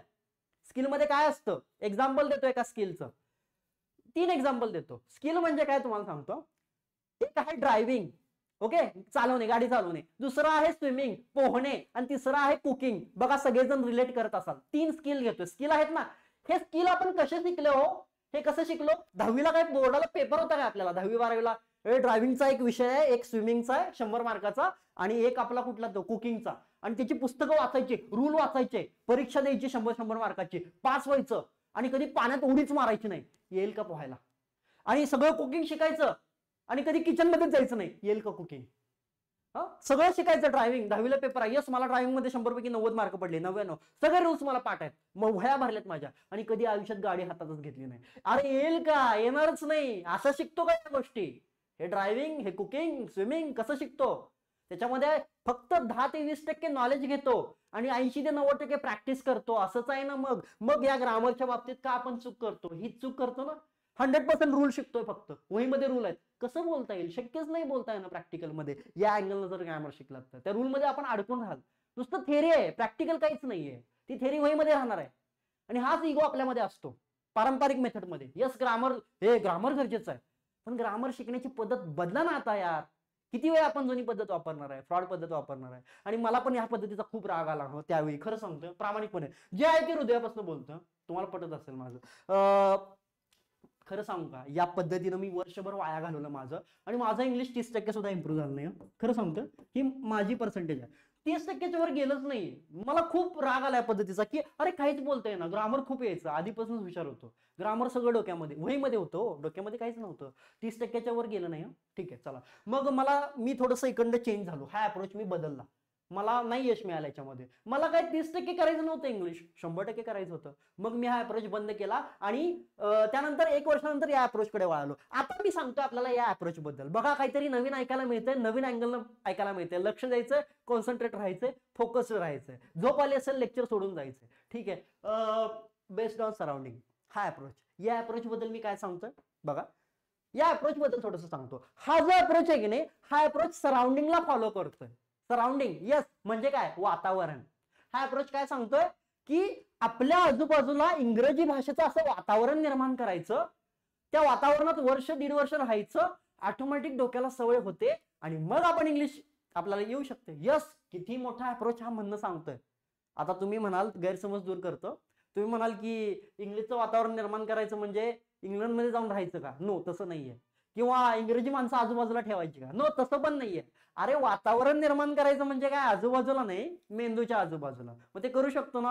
हो, सिंपल आहे फंडा. सराउंडिंग निर्माण करायचं, इंग्लिशमध्ये बोलायचं, वाचायचं, लिहायचं. पण सगळ्यात मोठा हे सांगू का डिफरन्स, हा जो अप्रोच आहे ना, खूप कमी जण फॉलो करतात. मी असं म्हणतोय की हे महाराष्ट्रामध्ये, इंडियामध्ये ओनली 20% लोक हा अप्रोच फॉलो करतात आणि याच्यापेक्षा हा अप्रोच पण हल्ली ट्रेंड बदललाय, या अप्रोचची पर्सेंटेज डाऊन व्हायला लागले, लोकांना काय आलं याच्यामध्ये फेल्युअर आहे, त्यामुळे हा अप्रोच थोडासा वाढायला लागलेला आहे. आणि आय होप तुम्ही दोन्हीपैकी कुठला ना कुठला अप्रोच ट्राय केला असेल किंवा करत असाल. 20% सगळ्यात मोठा डिफरन्स सांगू काय काय यातला, याच्यामध्ये जर ग्रामरला फॉलो करत असतील का नाही अंधपणाने, तर इस अप्रोच में ग्रामर को विरोध करते हैं. या अप्रोच मध्ये ग्रामरला विरोध केला जातो, या अप्रोच मध्ये ग्रामरला विरोध केला जातो आणि ग्रामरला फॉलो केलं जात नाही. बघा, म्हणून तर हे दोन वर्ग क्रिएट झालेले आहेत, बरोबर का. तुम्ही बघत असाल इंग्लिश कम्युनिकेशन मध्ये आपल्या समोर एकतर एखादा व्यक्ती असा दिसेल जो ग्रामरचं कौतुक करतोय आणि एखादा व्यक्ती असा म्हणेल learn English without grammar without rule. आहे ना, युट्यूबवर बरेचसे व्हिडिओ बघितले असतील. हेच दोन अप्रोच असतात, एक हे किंवा हे. मग याच्यामध्ये ग्रामरला विरोध केला जातो आणि हे म्हणणं मला त्यावेळी पटलं सुद्धा. नीट ऐकायचंय, मधून जर लेफ्ट झालात का नाही, अर्धवट नॉलेज धोकादायक आहे, काहीच करणार नाही, तुमचा अभिमन्यू होईल. आता अभिमन्यू कोण हे नाही मी सांगत आता, तुम्ही सर्च करा गुगलला. पण हा अप्रोच शेवटपर्यंत ऐकायचा. मी काय म्हणतोय, ग्रामरला विरोध केला जातो, पण यांचं फंडा काय सांगतो, सराउंडिंग निर्माण करायचं. मग काय करायचं, मी जसं मगाशी आपल्याला सांगितलं, मेंदूभोवती वातावरण निर्माण करायचं इंग्लिशमध्ये, रूलमध्ये गुंतून जायचं नाही. ओके, मग पहिल्यांदा इंग्लिशमध्ये लिसन करायचं, म्हणजे लिसनिंग करायचं. क्रिकेटची कॉमेंट्री इंग्लिशमध्ये, सॉरी क्रिकेटची कॉमेंट्री इंग्लिशमध्ये ऐकायची, त्यानंतर इंग्लिश गाणी ऐकायची. असले फंडे ऐकलेत ना, ते ह्या अप्रोचचे लोक आहेत, कळलं का. जास्तीत जास्त इंग्लिश ऐकायचं, कानावर पडलं पाहिजे, चांगलं पण आहे ते. त्यानंतर दुसरं, रीडिंगनं सुद्धा सराउंडिंग बनवता येतं ना मेंदूभोवती. म्हणजे काय, न्यूजपेपर रीड करायचे इंग्लिशमध्ये, इंग्लिश वाचायचं, जास्तीत जास्त पुस्तकं वाचायची, स्टोरीज वाचायच्या आणि इंग्रजीचं वातावरण मेंदूभोवती तयार करायचं. तिसरी पद्धत सांगू का, स्पीकिंग. जास्तीत जास्त इंग्लिशमध्ये बोलण्याचा प्रयत्न करायचा. 21 दिवस सलग इंग्लिशमध्येच विचार करायचा, मनामध्ये इंग्लिशमध्येच बोलायचं. हे ऐकलंय ना, तर हे हा अप्रोच आहे. गुड. त्यानंतर चौथी मेथड आहे रायटिंग. इंग्लिशमध्ये लिहायचं, जास्तीत जास्त लिखाण करायचं, शुद्ध लेखन करायचं, रायटिंग करायचं, मग आपल्याला इंग्लिश जमू शकतं. बघा, हे 4 मार्ग आहेत. म्हणजे काय, सिंपल आहे, पिलरवरती काम करायचंय, लिसनिंग, रीडिंग, स्पीकिंग, रायटिंग जास्तीत जास्त करायचंय, म्हणजे जेणेकरून आपल्या मेंदूभोवती त्याचं वातावरण निर्माण होईल. ग्रामरला अजिबात फॉलो करायचं नाहीये, हा अप्रोच आपल्याला सांगतो. त्यानंतर पण एक ड्रॉबॅक सांगतो याचा, की या अप्रोचला जर तुम्ही हे असं करणार असाल, बिंदासपणे करा. आणि मी सरळ स्टेटमेंट देतोय, मला हा अप्रोच आहे की नाही, याच्यापेक्षा much better than, this approach is much better than this. याच्यापेक्षा मला हा अप्रोच खरंच चांगला वाटला, कारण याच्यामध्ये आपण रूल मध्ये अडकत नाहीये, प्लस पॉइंट इंग्लिशचं वातावरण निर्माण करतोय. पण आपण जर हा अप्रोच फॉलो करणार असाल तर माझी एक वॉर्निंग आहे, एका दिवसामध्ये नाही होणार, एक दिन में नहीं होगा. नाहीतर आपलं जोश येईल अंगामध्ये आणि एक दिवस इंग्लिश ऐकाल दिवसभर आणि वाचाल आणि म्हणाल अरे का नाही झालं. एका दिवसामध्ये नाही होणार आहे, वातावरण निर्माण करायचंय.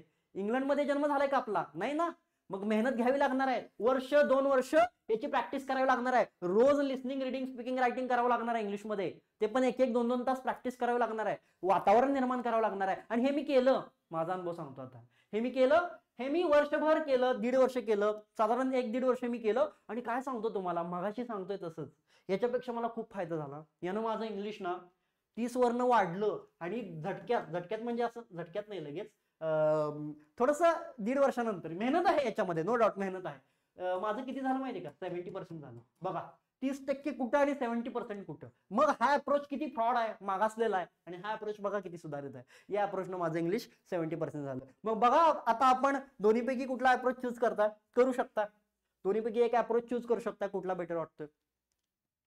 हो, पण ऑडियन्स, पार्टिसिपेंट्स, तुमच्या एक गोष्ट लक्षात येते का, तुम्ही चूज कराल कुठला ना कुठला अप्रोच, पण एक बघितलंय का थोडंसं डोळे उघडून मी काय म्हणतोय. या अप्रोचनं 30% झालं, या अप्रोचनं 70% झालं. अरे पण 100% करायचं होतं ना. हो यस, 100% करायचं होतं ना. चला या अप्रोच मध्ये, हे अजून एक सांगतो, या अप्रोच मध्ये माझं 70% तर झालं ना, पण वर्ष झालं, 1.5 वर्ष झालं, 2 वर्ष होत आली, 70च्या वर काही जाईनच झालं. आणि याचा तोटा अजून एक मी मगाशी आपल्याला सांगितला, जेव्हा तुम्ही प्रॅक्टिस करायची बंद कराल, म्हणजे वातावरण ब्रेक कराल, तेव्हा हे पर्सेंटेज तुमची डाऊन जाणार आहे. माझं पण तसंच झालं. मी 1.5 वर्षानंतर 2-3 महिने प्रॅक्टिस बंद केली, इंग्लिश ऐकायचं बोलायचं बंद केलं, आणि काय आश्चर्य, 70 वरनं 30 वरती गेलं. पुन्हा विसरलो, असं झालं. मग लक्षात आलं की ही प्रोसेस निरंतर केली पाहिजे, कन्सिस्टंटली केली पाहिजे. थोडीशी मेहनत याच्यामध्ये आपल्याला घ्यावी लागणार आहे. पण 70च्या वर जायलाच तयार नाही. प्रॅक्टिकल मध्ये जेव्हा बोलाय, अजून एक ड्रॉबॅक सांगतो. आता याची ड्रॉबॅकची वेळ झालेली आहे. खूप कौतुक झालं या अप्रोचचं.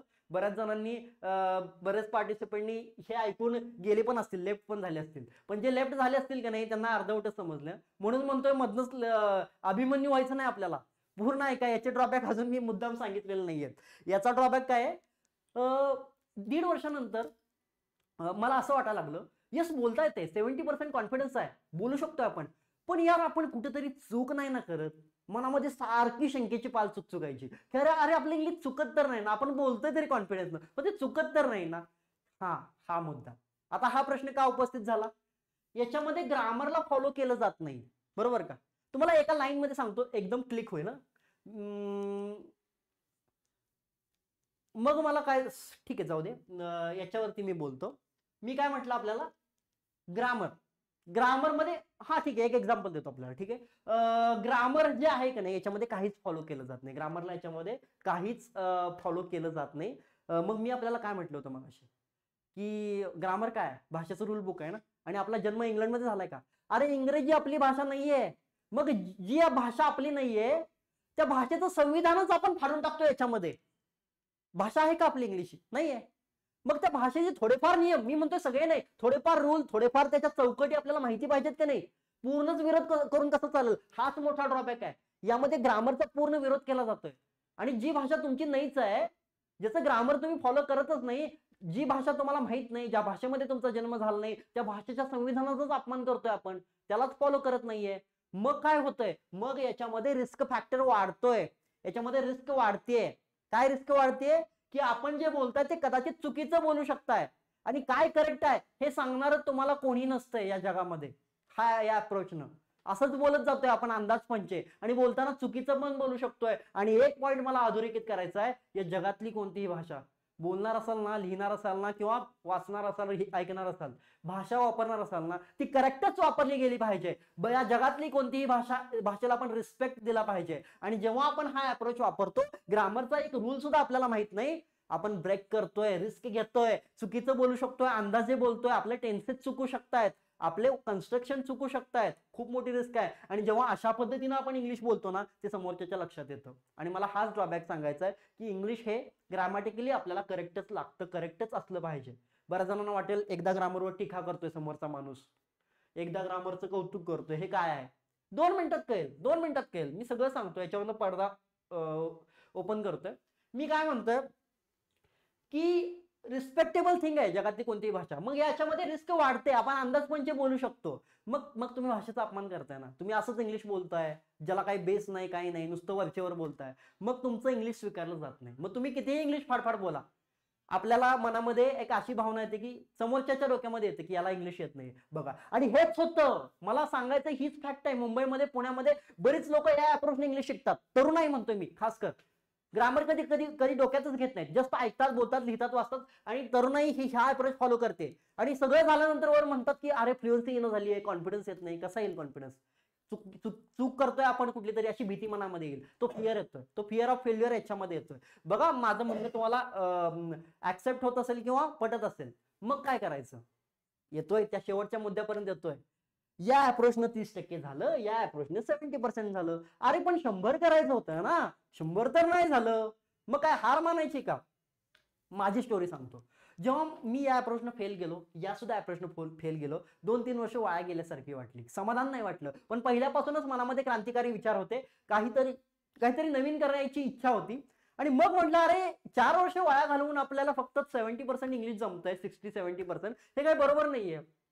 मग डोक्यात विचार आला की का चुकलो याचा शोध लावायचा, मागं वळून थांबायचं नाही. मागवून बघितलं, आता थांबायचं नाही, आता शोध लावायचा, आता बघायचं की आपण का चुकलो. मग दोन्ही अप्रोचला मागवून बघितलं, आणि मग एक सत्य उघडकीस आलं. एका लाईन मध्ये आपल्याला सांगतो, एका गोष्टीची जाणीव झाली. ती लाईन अशी आहे, या जीवनामध्ये, या जगामध्ये, या आयुष्यामध्ये कुठलीही गोष्ट जास्त असून चालत नाही, कुठलीही गोष्ट लो असून चालत नाही. Mid point is very very important. सुवर्ण मध्य असणं खूप महत्वाचं असतं. आहे का सुवर्ण मध्य इंग्लिश शिकताना. एक तर ग्रामरच्या अंधभक्त होतोय, आहारी जातोय 100%, आणि एका ठिकाणी ग्रामरला विरोध करतोय 0%. ऐसा कैसा पॉसिबल है. वो भाषा आपको कैसे आएगी, नहीं आएगी. भाषेचा अपमान करतोय आपण, एकतर संविधानाच्या जास्तच आहारी जातोय, एकतर संविधान फाडून टाकतोय भाषेचं आपण, बरोबर का. त्यामुळं this is not fair, this is not fair. मग मनानं साथ दिली, मनानं हाक घातली की आता थांबायचं नाही, आता बघायचं की आपण फेल का झालो. मग बघितलं, अख्खा इंग्लिश ग्रामरचा अभ्यास केला फ्रेंड्स 6 महिन्यामध्ये, त्यानंतरच्या 2-3 वर्षानंतर अख्ख्या इंग्लिश ग्रामरचा अभ्यास केला आणि मग बघितलं की ते ग्रामर प्रॅक्टिकली कुठं कुठे युज होतंय, कसं कसं युज होतंय. मग पॉइंट लक्षात आला की साला ग्रामर वाईट नाहीये, ग्रामर वाईट नाहीये, mid point is very important. एकतर ग्रामरचे भक्त होऊन चालणार नाही किंवा ग्रामर टाळून चालणार नाही. ग्रामर का वाईट असेल. मग लक्षात आलं ग्रामरला लोक का विरोध करतात. हे जे आहेत ना नाही ग्रामरला विरोध करतात, अरे ते ग्रामर चुकीच्या पद्धतीनं शिकल्यामुळे विरोध करतात, हे मला म्हणायचंय. ग्रामर कधीच वाईट नाहीये. चला मी यातनं ग्रामर पुट करतो, पण ते रूल मी कट करतो याच्यामधनं. यस, विदाउट रूल ग्रामर, मी जसं म्हटलं ना स्किल, कुठलंही स्किल रूल नुसार शिकलोय का, नाही. ग्रामर वाईट नाहीये, त्या ग्रामरला ते हे लावलेलं आहे पायात, साप सोडलेले आहेत रूलचे, त्यामुळे ग्रामर वाईट वाटतं. ग्रामर का वाईट असेल रे. Grammar is a respectable thing. का, अरे बघा, जी भाषा आपल्याला येतच नाहीये, ज्या भाषेत आपला जन्मच झाला नाहीये, ग्रामर तुम्हाला हेल्प करणार आहे. उलट मी काय म्हटलं, ग्रामर हे भाषेचं संविधान आहे. मग ती भाषा आपली नाही ना, परकीयांची आहे ना, मग ती भाषा आपल्याला समजावून सांगायला ग्रामर हा आपला दोस्त आहे, तो आपल्याला गाईड करणार आहे. ते संविधान आहे, ते कधीच वाईट असू शकत नाही. ते वाईट झालं, ते बदनाम झालंय या फ्रॉड पद्धतीमुळे, या रूल नुसार पद्धतीमुळे, या पारंपरिक पद्धतीमुळे. यस, 90% महाराष्ट्रामध्ये, इंडियामध्ये हीच पद्धत. तुम्ही आम्ही शाळेमध्ये सुद्धा याच पद्धतीने इंग्लिश शिकलेलो आहोत. सर्व पुस्तकं इंग्लिशमध्ये याच पद्धतीने असतात. यस, ही पद्धत फ्रॉड आहे. मग माझ्या लक्षात आलं की ग्रामर फ्रॉड नाही. आणि त्या दिवशी ना 2-3 वर्षापूर्वी मनामध्ये ग्रामर प्रती खूप रिस्पेक्ट आली. अख्ख्या ग्रामरचा अभ्यास केला, पण रूल नुसार नाही केला. ते रूलचा चष्मा फेकून दिला आणि एका नवीन चष्म्यानं, नवीन अँगलनं ग्रामरकडे बघितलं. 6 महिने मेहनत घेतली, ग्रामरवरती अभ्यास केला आणि तिथं थांबलो नाही. तर हे जे सराउंडिंग आहे की नाही, सराउंडिंग, याला मी प्रॅक्टिकल म्हणतो. ते ग्रामर प्रॅक्टिकल वातावरणात वापर कसा कसा युज होतो हे बघितलं. यस, बघा, मी या दोन्ही अप्रोचला झुगारून दिलेला आहे. पण या दोन्ही अप्रोचचे ड्रॉबॅक सुधारण्याचा प्रयत्न केलेला आहे, दोन्हीचा अनालिसिस केलेला आहे. आणि काय आश्चर्य, या दोन्हीचा अनालिसिस करताना एक नवीन अप्रोचचा जन्म झाला, एक नवीन अप्रोच माझ्या समोर निर्माण झाला त्या 6 ते 7 महिन्यांमध्ये. आणि काय झालं, काय आश्चर्य, ग्रामरचा अभ्यास करायला गेलो आणि थांबलो नाही. रूलचा चष्मा काढून टाकला आणि एका वेगळ्या अँगलनं, प्रॅक्टिकल अँगलनं ग्रामरला बघितलं. ग्रामर चालताना, बोलताना कुठं कुठं कसं कसं युज होतोय. आणि मी सरप्राईज झालो की ग्रामरचा प्रत्येक एक टॉपिक चालताना, बोलताना युज होतोय, पण आपल्याला माहित नसतंय की तो कसा युज होतोय. तो रूल पुरताच मर्यादित राहिलेला आहे. मग लक्षात आलं, सिंपल भाषेमध्ये सांगतोय, हे जे 6 महिन्यांचा रिसर्च करत असताना एक नवीन पैलू, एक नवीन अँगल डोळ्यासमोर आला. तो अँगल काय म्हणतोय, तो एक नवीन अप्रोच आहे. आणि त्या नवीन अप्रोचचा जन्म झाला, ज्या अप्रोच बद्दल मी आपल्याला बोलणार आहे की ग्रामर शिकायचंय. यस, ग्रामर इम्पॉर्टंट आहे, पण ते रूल इम्पॉर्टंट नाही आहेत. विदाउट रूल ग्रामर इम्पॉर्टंट है, बट ऐसा ग्रामर इम्पॉर्टंट है जो किसी के काम आए, जो इस प्रैक्टिकल में यूज हो, जो इस सराउंडिंग में यूज हो. ग्रामर अच्छा नहीं, बुरा नहीं, ग्रामर तो एक मिड पॉइंट है. ऐसा ग्रामर जो प्रैक्टिकल में यूज हो, उसको मैं कहता हूं प्रैक्टिकल ग्रामर. प्रॅक्टिकल ग्रामर ही टर्म माझ्या समोर आली आणि एक नवीन अप्रोच बनला, इंग्लिश मध्ये एक नवीन अँगल बनला. आणि काय आश्चर्य, त्यानंतर पुढचे 6 महिने अजून याच्यावरती काम केलं. वर्ष कसं निघून गेलं कळालंच नाही. आणि वर्षानंतर बघतोय तर काय, एके दिवशी असंच विचारात बसल्या बसल्या मनात एक साध आली, अरे माझं इंग्लिश 100% झालं. हो फ्रेंड्स, यस, या 1 वर्षाच्या रिसर्च नंतर 1-1.5 वर्ष मी रिसर्च केला. 6 महिने ग्रामरवरती, 6 महिने प्रॅक्टिकलिटीवरती, आणि 1-1.5 वर्षानंतर असंच एका ठिकाणी बसला असताना मनामध्ये विचार आला, अरे Dhairyasheel, yes, you are now 100% in English, you are master of English. मग मागे वळून बघितलं, अरे 4 वर्ष ह्या अप्रोचला 2 वर्ष घालवली, या अप्रोचला 2 वर्ष घालवली, इंग्लिश कधी इम्प्रूव्ह झालं नाही. आणि वर्षभर एक रिसर्च केला, एका नव्या अँगलनं इंग्लिशकडे बघितलं, थर्ड आय वापरला, आणि काय चमत्कार, 1-1.5 वर्षातच इंग्लिश परफेक्ट झालं, 100% झालं. कसं झालं? याच नव्या अप्रोचमुळे झालं. या अप्रोचमुळे नाही झालं, या अप्रोचमुळे नाही झालं, आणि तुमचं सुद्धा होणार नाही, गॅरंटी देतो. तुम्ही कुठलाही अप्रोच चूज करा किंवा करत असाल, 30% वर या अप्रोच मध्ये जाणार नाहीये, 70% पेक्षा वर या अप्रोच मध्ये जाणार नाहीये. पण 70-30 समाधानी आहात का एवढ्यावरती? नाही, 100% करायचंय. मग काय, मग म्हणूनच मी आपल्या समोर हा अप्रोच मांडतोय. माझं इंग्लिश 100% या दोन्ही अप्रोच मुळे नाही झालं, त्यामुळे मी या दोन्हींचा विरोध करतोय. आणि एक तिसरा अप्रोच, एक नवीन अप्रोच आपल्या समोर मांडतोय. तो काय अप्रोच आहे? Practical grammar. आणि याच अप्रोचला मी नाव दिलेलं आहे, ऑफिशियली लॉन्च करतो आपल्या समोर तो अप्रोच. 1-1.5 वर्षाची मेहनत आहे, रिसर्च आहे, प्रामाणिक प्रयत्न आहे. इंग्लिश कडे तिसऱ्या डोळ्यानं बघितलेला केलेला हा प्रयत्न आहे, थर्ड अँगलनं बघितलेला हा प्रयत्न आहे. तो अप्रोच काय सांगतो, ग्रामर शिकायचंय पण प्रॅक्टिकल मध्ये यूज करायचंय. आणि here is this approach, you can see नाव. हे या अप्रोचचं ऑफिशियल नाव आहे, हे मी याला नाव दिलेलं आहे. This approach is called as grammatical practical approach.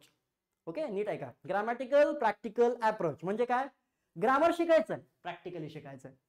हा आहे मार्ग, हा आहे यशाचा मार्ग, हा आहे तिसरा डोळा, हे आहे थर्ड आय, हा आहे तिसरा अँगल. ओके, आणि याला आपण शॉर्ट मध्ये म्हणूयात जीपीए अप्रोच, जे की माझ्या 1 वर्षाच्या 1.5 वर्षाच्या रिसर्चचं, प्रामाणिकपणाचं, मेहनतीचं फळ आहे. आणि याचं फळ मला मिळालंय ऑलरेडी. माझं इंग्लिश 100% झालंय त्या जुन्या अप्रोचमुळे नाही, या अप्रोचमुळे. म्हणून हा अप्रोच मला आपल्या समोर मांडू इच्छितो मी, कारण हे मी मला माझ्यापुरतं मर्यादित ठेवायचं नाहीये. एक नवीन शोध लागलाय, एक नवीन रिसर्च झालाय, तो जगासमोर आणायचा आहे, महाराष्ट्रासमोर आणायचा आहे, कारण गरज आहे. हो यस, तुम्हाला मला सर्वांनाच इंग्लिशची गरज आहे. हे मी माझ्यापुरतं मर्यादित ठेवत नाही, आपल्या समोर हा अप्रोच फॉलो करतोय. 2 अप्रोच आपल्याला सांगितले, त्याचे ड्रॉबॅक सांगितले, पण हा जो तिसरा अप्रोच मी तुम्हाला सांगतोय ना, त्याचा एकही ड्रॉबॅक नाहीये. चला, मी आता सांगितलं ना आपल्याला काय आहे हा अप्रोच. ग्रामरला यूज करायचं प्रॅक्टिकल मध्ये, पण ते एवढं सोपं नाहीये. ठीक आहे, चला शॉर्ट मध्ये जीपीए अप्रोच बद्दल सांगतो काय आहे. जीपीए अप्रोच काय सांगतो, सिंपल ना. जीपीए अप्रोच बद्दल ऐकायचं काय सांगतो, तिसरा अँगल. जीपीए अप्रोच आपल्याला हे सांगतो की इंग्लिश ही एक भाषा आहे, एक लँग्वेज आहे, इंग्रजीकडे भाषा म्हणून बघितलं पाहिजे. हे जीपीए अप्रोच आपल्याला सांगतो, जी की भाषा समजून घेण्यासाठी आणि व्यक्त होण्यासाठी वापरली जाते. ठीक आहे, पुढे काय सांगतो जीपीए अप्रोच. जीपीए अप्रोच आपल्याला असं सांगतो, हे सांगत नाही, सगळ्यात शेवटला मी सांगतो काय सांगतो. हे तर आपल्याला माहितच आहे, मगाचपासून हे सांगतोय की इंग्रजी भाषेचे 4 पिलर असतात, ते 4ही पिलर आपल्याला 100% करावे लागतात. हा, हे महत्वाचं आहे, 4ही पिलर 100% करावे लागतात. मग कसं करायचंय, पिलरवरती काम करायचं? नो. आता एका जीपीए अप्रोच काय सांगतो की हे जे पिलर आहेत ना, हे पिलर काय, हे पिलर वाढवायचे, ठीक आहे, 100% करायचे, नो डाऊट. पण मला सांगा, पिलर काय हवेमध्ये असतात की पाण्यामध्ये असतात का जमिनीवरती असतात? हो यस, पिलर हे जमिनीवरती असतात. अगदी त्याच प्रकारे या पिलरच्या खाली सुद्धा एक जमीन पाहिजे, असलीच पाहिजे, जमीन पाहिजे, जमीन पाहिजे. जमिनीवरती पिलर उभे राहतात, पण पिलर 100% करायचे. जमीन आली, ठीक आहे, नुसती जमीन असून नाही चालणार. जीवनामध्ये एक शब्द ऐकला असेल, बेस, फाउंडेशन. ऐकलाय का, ऐकलाय की नाही? जीवनामध्ये बेस, फाउंडेशन, कोणत्याही गोष्टीला बेस लागतो, फाउंडेशन लागतं. एक्झाम्पल द्यायचं झालं तर आपण म्हणतो ना कधी कधी, माझा ना बेस कच्चा आहे, बेसिक कच्चा आहे. एक एक्झाम्पल देतो. जुन्या काळी शिवरायांनी बांधलेले किल्ले म्हणा किंवा प्राचीन भारतीय वास्तू म्हणा, बऱ्याचशा वास्तू आजही आहे असेल, आजही त्याचं बेस आहे असेल.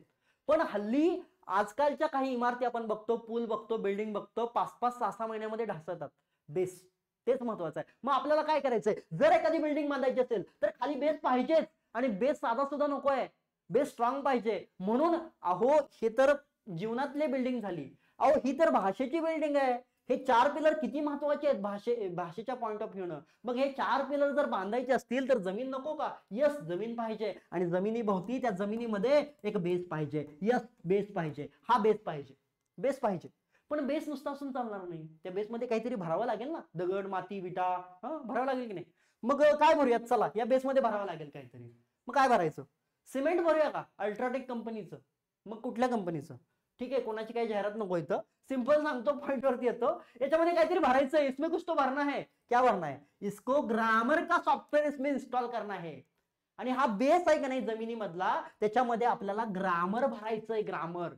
पण ग्रामर नुसतं भरायचं नाहीये, मगाचं काय सांगतोय, जीपीए अप्रोच बघतोय आपण. ग्रामर भरायचंय पण विथ प्रॅक्टिकल. ऐसा ग्रामर, अगेन सांगतोय, ऐसा ग्रामर जो प्रॅक्टिकल में यूज हो, जो किसी के काम आहे. त्यामुळं असं ग्रामर आपल्याला यामध्ये भरायचंय जे की प्रॅक्टिकल आहे. ग्रामर विथ प्रॅक्टिकल, एका नव्या अँगलनं. मग हा बेस 100% करायचा आहे. मग याच्यामध्ये ग्रामर शिकायचंय का? हो, शिकायचंय, 100% ग्रामर शिकायचंय, 100% शिकायचंय, सगळं ग्रामर उपयोगाचं आहे. पण ते प्रॅक्टिकल अँगलनं शिकायचंय. सोप्या भाषेत सांगू, बऱ्याच जणांना समजलं नसेल तर सांगतो, उदाहरण देतो, 2 उदाहरण देतो. इमॅजिन करायचं, आपल्या समोर इमॅजिनेशनची पॉवर आहे की नाही, इमॅजिन करायचं. 2 केस देतो आपल्याला. पहिलं एक्झाम्पल असं आहे की तुम्ही ड्रायव्हिंग करताय गाडीवरनं म्हणा किंवा, आणि खूप ट्रॅफिक आहे आणि तुम्हाला पूर्ण जग फिरायचं आहे आणि तुम्ही गाडीवरनं फिरणार. शक्य आहे का? तुम्ही ट्रॅफिकमध्ये अडकणार किंवा दलदलीमध्ये अडकणार, हो की नाही? कसं वाटतंय? गुंतागुंत वाटतं ना, बांधल्यासारखं वाटतं ना. अरे गाडीवरनं कसं जग फिरायचं. पण दुसरं उदाहरण देतो मी तुम्हाला. जर तुम्हाला हेलिकॉप्टर दिलं किंवा प्लेन दिलं किंवा असं एक तुम्हाला विमान दिलं की ज्यानं संपूर्ण जग तुम्ही फिरून येऊ शकताय, जगाचा व्ह्यू घेऊ शकताय, कुठलं बेटर वाटतंय? असं जमिनीवर चालणं बेटर वाटतंय रूलमध्ये धक्क्यामध्ये, का असं जग दिसतंय, जग तुमच्या खाली आहे आणि अशी फिलिंग येते यस मी जग जिंकलंय? कुठला व्ह्यू बेटर वाटतंय? अगदी असंच आहे. ग्रामरच्या दलदलीमध्ये अडकायचं नाही, रूलच्या ट्रॅफिक मध्ये अडकायचं नाही. बघा किती उदाहरण देतोय मी. रूलच्या ट्रॅफिक मध्ये अडकायचं नाही, ग्रामर 100% शिकायचं आहे. पण जे जे युजफुल ग्रामर आहे ते शिकायचंय. खोलामध्ये जायचं नाही, एक व्ह्यू घ्यायचा, प्रॅक्टिकल व्ह्यू घ्यायचा. डिटेलमध्ये जायचं नाही, वरवर शिकायचंय, प्रॅक्टिकली शिकायचंय, विमानामध्ये बसून शिकायचंय. मग असं ग्रामर डोक्यामध्ये इन्स्टॉल करायचंय, डोक्यामध्ये या बेसमध्ये. आणि असं ग्रामर जर आपण 100% इन्स्टॉल केलं ना तर काय होईल? चमत्कार होईल. तुम्हाला या पिलरवरती काम करावं लागणार नाही. हो, या पिलरवरती काम करावं लागणार नाही. आणि यासाठीच केला होता ना अट्टहास, पिलर 100% व्हावेत म्हणून. मग असे पिलर 100% होणार नाहीत. बेस 100% केलात का नाही, पिलर ऑटोमॅटिक 100% होणार, ऑटोमॅटिक 100% होणार. आणि बघा सगळे पिलर 100% झाले तर काय होईल हो? मॅजिक होईल ना, मिरॅकल होईल ना. बघा काय होईल, अहो इंग्लिश 100% होईल. म्हणजे काय, अगदी मराठी डोक्यामध्ये सेव आहे ना 100%, तशी इंग्रजी सेव होईल, इंग्लिश सेव होईल. असा विचार केलाय का? या अँगलने विचार केलाय का? एका नव्या अँगलने इंग्लिशकडे बघणं गरजेचं आहे. इंग्लिश 100% डेव्हलप करायचंय. मग काय करायचंय? हा जीपीए अप्रोच आपल्याला सांगतो की बेसवरती काम करायचंय. मग ते बेस पिलर मध्ये कन्वर्ट करायचे आणि मग इंग्लिश 100% डेव्हलप करायचंय. मग काय, चारही पिलर 100% होतील. मग स्पीकिंग, रायटिंग, लिसनिंग, रिडिंग बद्दल कधी प्रश्नच उडणार नाही. हा जीपीए अप्रोच सांगतो आपल्याला. किती मोठा हा जीपीए अप्रोच आपल्याला सांगतो. Grammatical practical approach. चला ठीक आहे, जीपीए अप्रोच सांगितला मी. याचा एकही तोटा नाही. तोटा एवढाच आहे, तोटा एवढाच आहे, तुम्ही स्पीकिंगसाठी आला ना, फक्त इंग्लिश स्पीकिंग शिकायचं ना. तोटा एकच आहे, स्पीकिंग तर शिकालच पण हे बाकीचे पिलर पण शिकाल. तो तोटा आहे. बघा तोटा आहे का फायदा आहे तुम्ही बघा. किंवा बरेच जण म्हणतील अजून एक तोटा आहे. काय तोटा आहे? इंग्लिश 100% होईल. तोटा आहे, इंग्लिश 100% होईल ना, डोक्यामध्ये सेव्ह होईल. नो ड्रॉबॅक, नो तोटा, नो काही नाही. ओके, हा आहे जीपीए अप्रोच. हा जीपीए अप्रोच आपल्याला सांगतो. आय होप आपल्याला समजलं असेल. आणि अजून एक, मागचे जे 2 फ्रॉड अप्रोच होते की नाही, त्याचं पण एक्झाम्पल देतो याच्यामध्ये. या ड्रॉइंग मध्ये एक्झाम्पल देतो. ही बिल्डिंग आहे, ही बिल्डिंग आहे जीपीए अप्रोचची, ही बिल्डिंग आहे सक्सेसची, ही बिल्डिंग आहे इंग्लिशची. ओके, एका नव्या अँगलनं बघितलेला हा प्रयत्न आहे. आता थोडस तुम्हाला 2 एक्झाम्पल देतो मागच्या अप्रोचचे. या ड्रॉइंग मध्ये दाखवतो, ड्रॉइंग मध्ये बघ. ओके ठीक आहे, बघूयात. सॉरी, हा हे आपलं मागचं ड्रॉइंग. मी म्हटलं ना हा बेस्ड ऑन ग्रॅमॅटिकल अप्रोच आहे. यांच्यावरती मी टीका करतो, सरळ टीका करतो.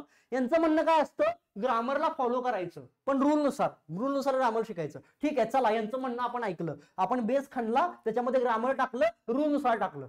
पण याच्यामध्ये काय होईल माहितीये का, रूलनुसार ग्रामर जर आपण शिकलो का नाही, याच्यामध्ये काय होईल माहितीये का, बेस तर होईल तुमचा, पण तो बेस इतका दलदल होऊन जाईल. दलदल बघितले का कधी? त्याच्यामध्ये पिलर उभे राहतील का? नाही. त्याच्यावर पाय ठेवला की तुम्ही खड्ड्यातच जाणार. आयुष्यभर तुमच्या पुढे या बिल्डिंग उभारणारच नाहीत. पिलर सोडा, किंवा बेस एवढा कॉम्प्लिकेटेड होऊन जाईल की यातच आपलं सुसाईड होऊन जाईल. त्यामुळं हा अप्रोच इथं फेल होतो.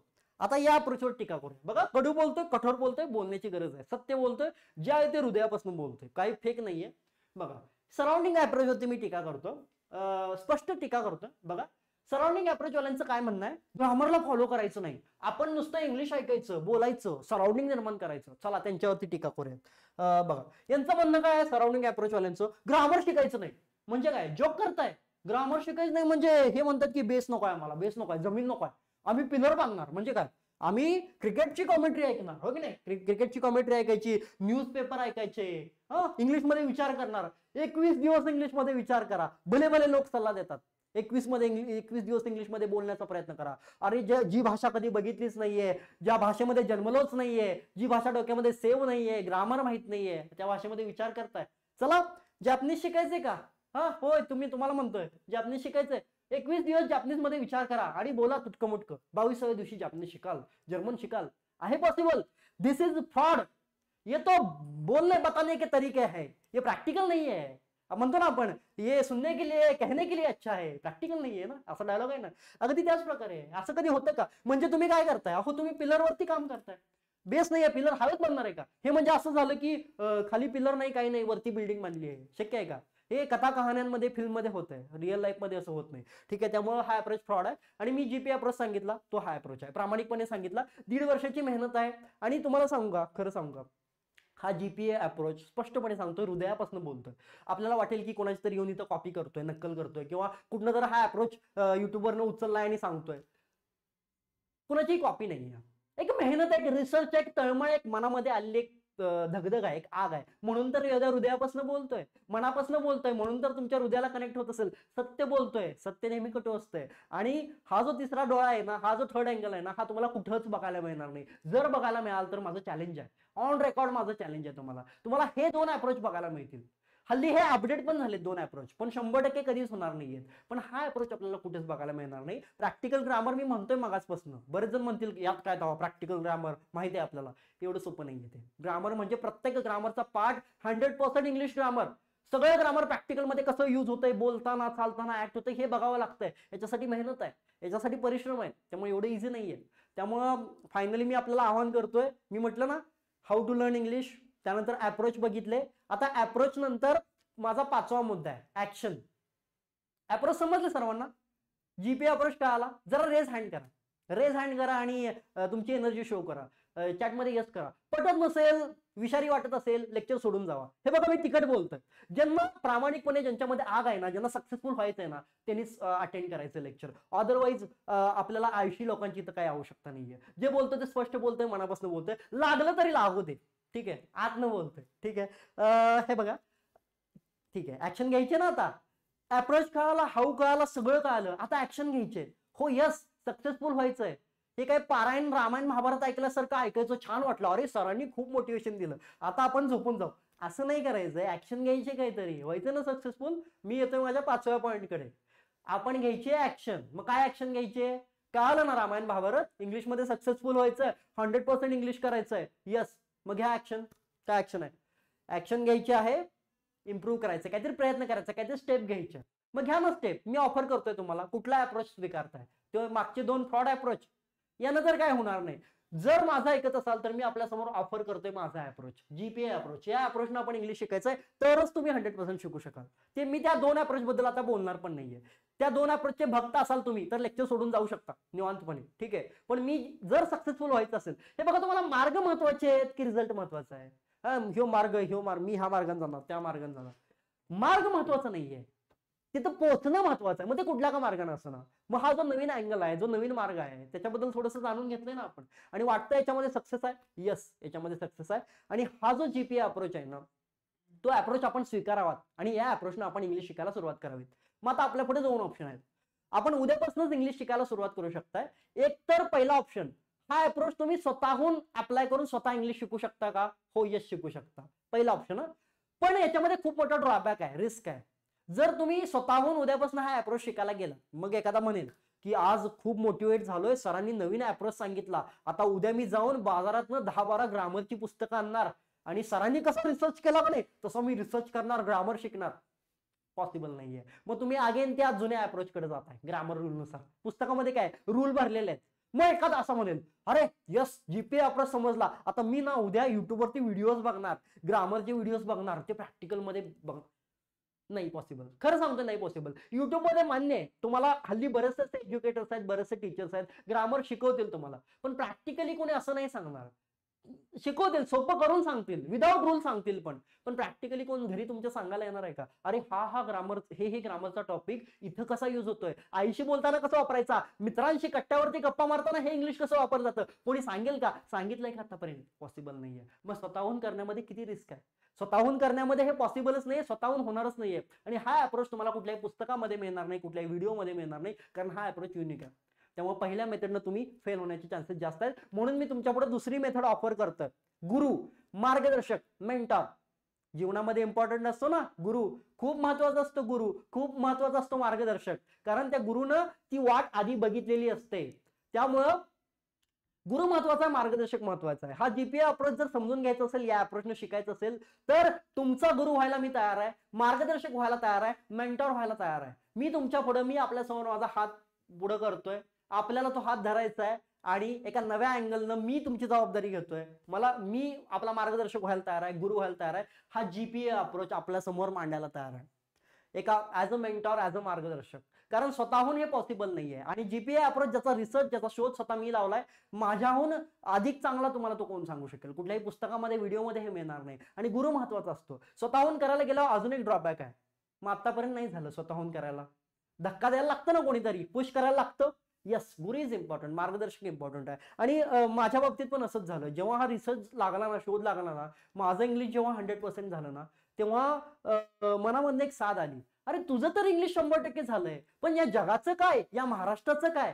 अरे या महाराष्ट्रामध्ये 90%पेक्षा जास्त विद्यार्थ्यांना इंग्लिश बोलता येत नाही, जनतेला इंग्लिश बोलता येत नाही. मग जर मला एक शोध लागलेला आहे, एक सोपा मार्ग मिळालेला आहे, एक राजमार्ग मिळालेला आहे, ज्या मार्गाने माझं इंग्लिश 100% झालंय कमी कालावधीत, मग इथं शांत बसून चालेल का? माझ्यापुरतं मी जर मर्यादित ठेवलं असतं तर तो स्वार्थी विचार झाला असता. त्यामुळं तो विचार मनातनं बाजूला काढला आणि एक मोहीम हाती घेतली, एक मिशन हाती घेतलं की महाराष्ट्रामध्ये 90% लोकांना माझी गरज आहे, माझ्या अप्रोचची गरज आहे, या राजमार्गाची गरज आहे, तो पोहोचणं गरजेचं आहे, जो आज आपल्या समोर मांडतोय. म्हणूनच मनात एक साध निर्माण झाली की मला गुरु झालं पाहिजे, मार्गदर्शक झालं पाहिजे, मेंटर झालं पाहिजे, हा अप्रोच या महाराष्ट्रामध्ये पोहोचवला पाहिजे, प्रत्येकाला इंग्लिशमय केलं पाहिजे, सक्सेसफुल केलं पाहिजे. आणि म्हणूनच या अप्रोचला कुठलं ना कुठलं रूप देणं गरजेचं होतं. मग मी काय केलं, मी जे जे शिकलो 1 वर्षामध्ये, 1.5 वर्षामध्ये, जो जो रिसर्च केला त्याला एका कोर्सचं स्वरूप दिलं, त्याला एका कोर्समध्ये कन्वर्ट केलं. कोर्स म्हणा, प्रोग्राम म्हणा, स्टेप बाय स्टेप त्याच्यामध्ये कन्वर्ट केलं. आणि त्याच्यामध्ये मी मेंटॉरिंग करतोय, लोकांना मार्गदर्शन करतोय त्या कोर्सचं, त्या प्रोग्रामचं, ज्याच्यामध्ये जीपीए अप्रोच भरलेला आहे. तो प्रोग्राम, तो कोर्स मी आपल्यासमोर आता लॉन्च करतोय, जो की एक नवीन मेथड आहे. जीपीए अप्रोच जो मी आपल्याला बोललो, तो उसमें कुट कुट के भरा है. हो अप्रोच मी आपल्याला शिकवतोय कशाच्या माध्यमात, काहीतरी माध्यम पाहिजे ना, तो इस कोर्स के माध्यम से. मी आता आपण इथपर्यंत वर्कशॉप ऐकलं त्याबद्दल आपले धन्यवाद. आणि जाताना आपल्याला दोनच गोष्टी सांगेन, मला 2 अपेक्षा आहेत तुमच्याकडनं. हा प्रोग्राम जॉईन करा, करू नका, डझंट मॅटर, मला त्याचं काही नाहीये. करा अथवा करू नका, हे तुमच्यासाठी आहे, तुमचा निर्णय असेल तो. पण एक गोष्ट नक्की करायची, माझ्यासाठी करायची, इथपर्यंत प्रोग्राम ऐकताय म्हणून करायचे. मी मगाशी बोललो ना, मिशन आहे, 1.5-2 वर्षांची मेहनत आहे, परिश्रम आहे, अंगामधली आग आहे, रग आहे, की इंग्लिशमय करायचंय महाराष्ट्राला. आकडेवारी खूप कमी आहे, 10% लोकांना इंग्लिश जमते, तो आकडा 100 मध्ये कन्वर्ट करायचा आहे. महाराष्ट्रातल्या प्रत्येकाला इंग्लिशमय करायचंय. मिशन आहे, मोहीम आहे, चळवळ आहे. आपण त्याच्यामध्ये सामील व्हायचंय, सहभागी व्हायचंय. त्या मोहिमेला मला साथ द्यायचंय, हातभार लावायचा आहे. मग कसं सामील व्हायचं मोहिमेमध्ये? प्रोग्राम जॉईन करायचा, ते तर आहेच, पण त्याच्या व्यतिरिक्त काय करू शकता? एक साधी गोष्ट करू शकता, एक सोपी गोष्ट माझ्यासाठी करू शकता.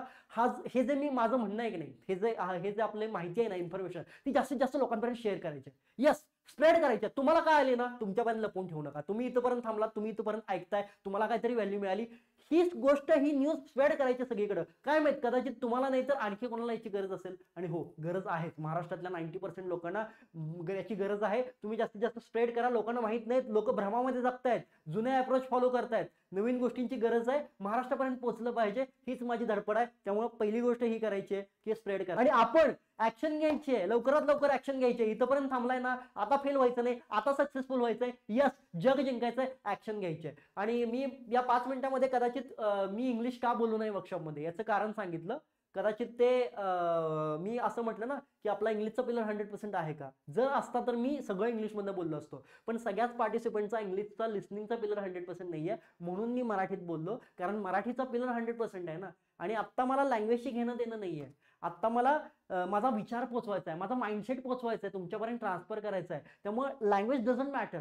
आता मला फक्त हा थॉट पोचवायचा आहे. त्यामुळे म्हणून मी मराठी वापरली, कारण आपली ऐकण्याची क्षमता मराठीमध्ये जास्त आहे, 100% आहे. इंग्लिशमध्ये 100% खूप कमी जणांची आहे, समोरच्या ऑडियन्सची, पार्टिसिपंटची. म्हणून मी मराठी भाषेचा लँग्वेज केला, जेणेकरून जो विचार आहे तो मनाला भिडेल, हृदयाला भिडेल. आणि हो, भिडला असेल, मनापर्यंत पोहोचलं असेल, हृदयापर्यंत पोहोचलं असेल माझं म्हणणं. आणि शेवटी मी 2च गोष्टी म्हणेन की जास्तीत जास्त शेअर करायचंय आणि आपला फीडबॅक द्यायला विसरायचं नाही. कारण फीडबॅकमध्ये मोटिवेशन असते, एनर्जी असते. फीडबॅक आपण द्यायला विसरायचं नाही. Don't forget to give your व्हॅल्युअर feedback in chat box.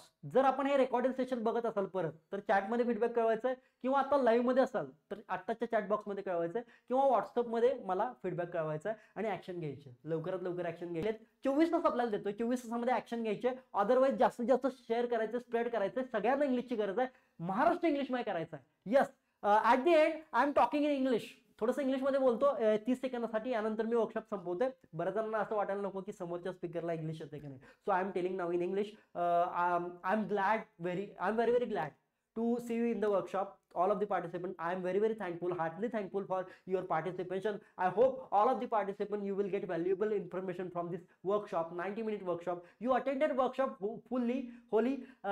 This is very good thing, and I definitely think you are going to successful in your life. You are going to win the world. And now I stop here till time. एवढंच म्हणेन, be master of English. Try to be master of English. Yes, thank you very much. आणि 5 मिनिटासाठी मी question answer session open करतोय. जर कोणाला doubt असेल, शंका असेल, मला चॅटमध्ये कळवू शकता, मी डायरेक्टली आन्सर करेन. Otherwise try to be master of English, be master of English. Thank you very much. I stop here.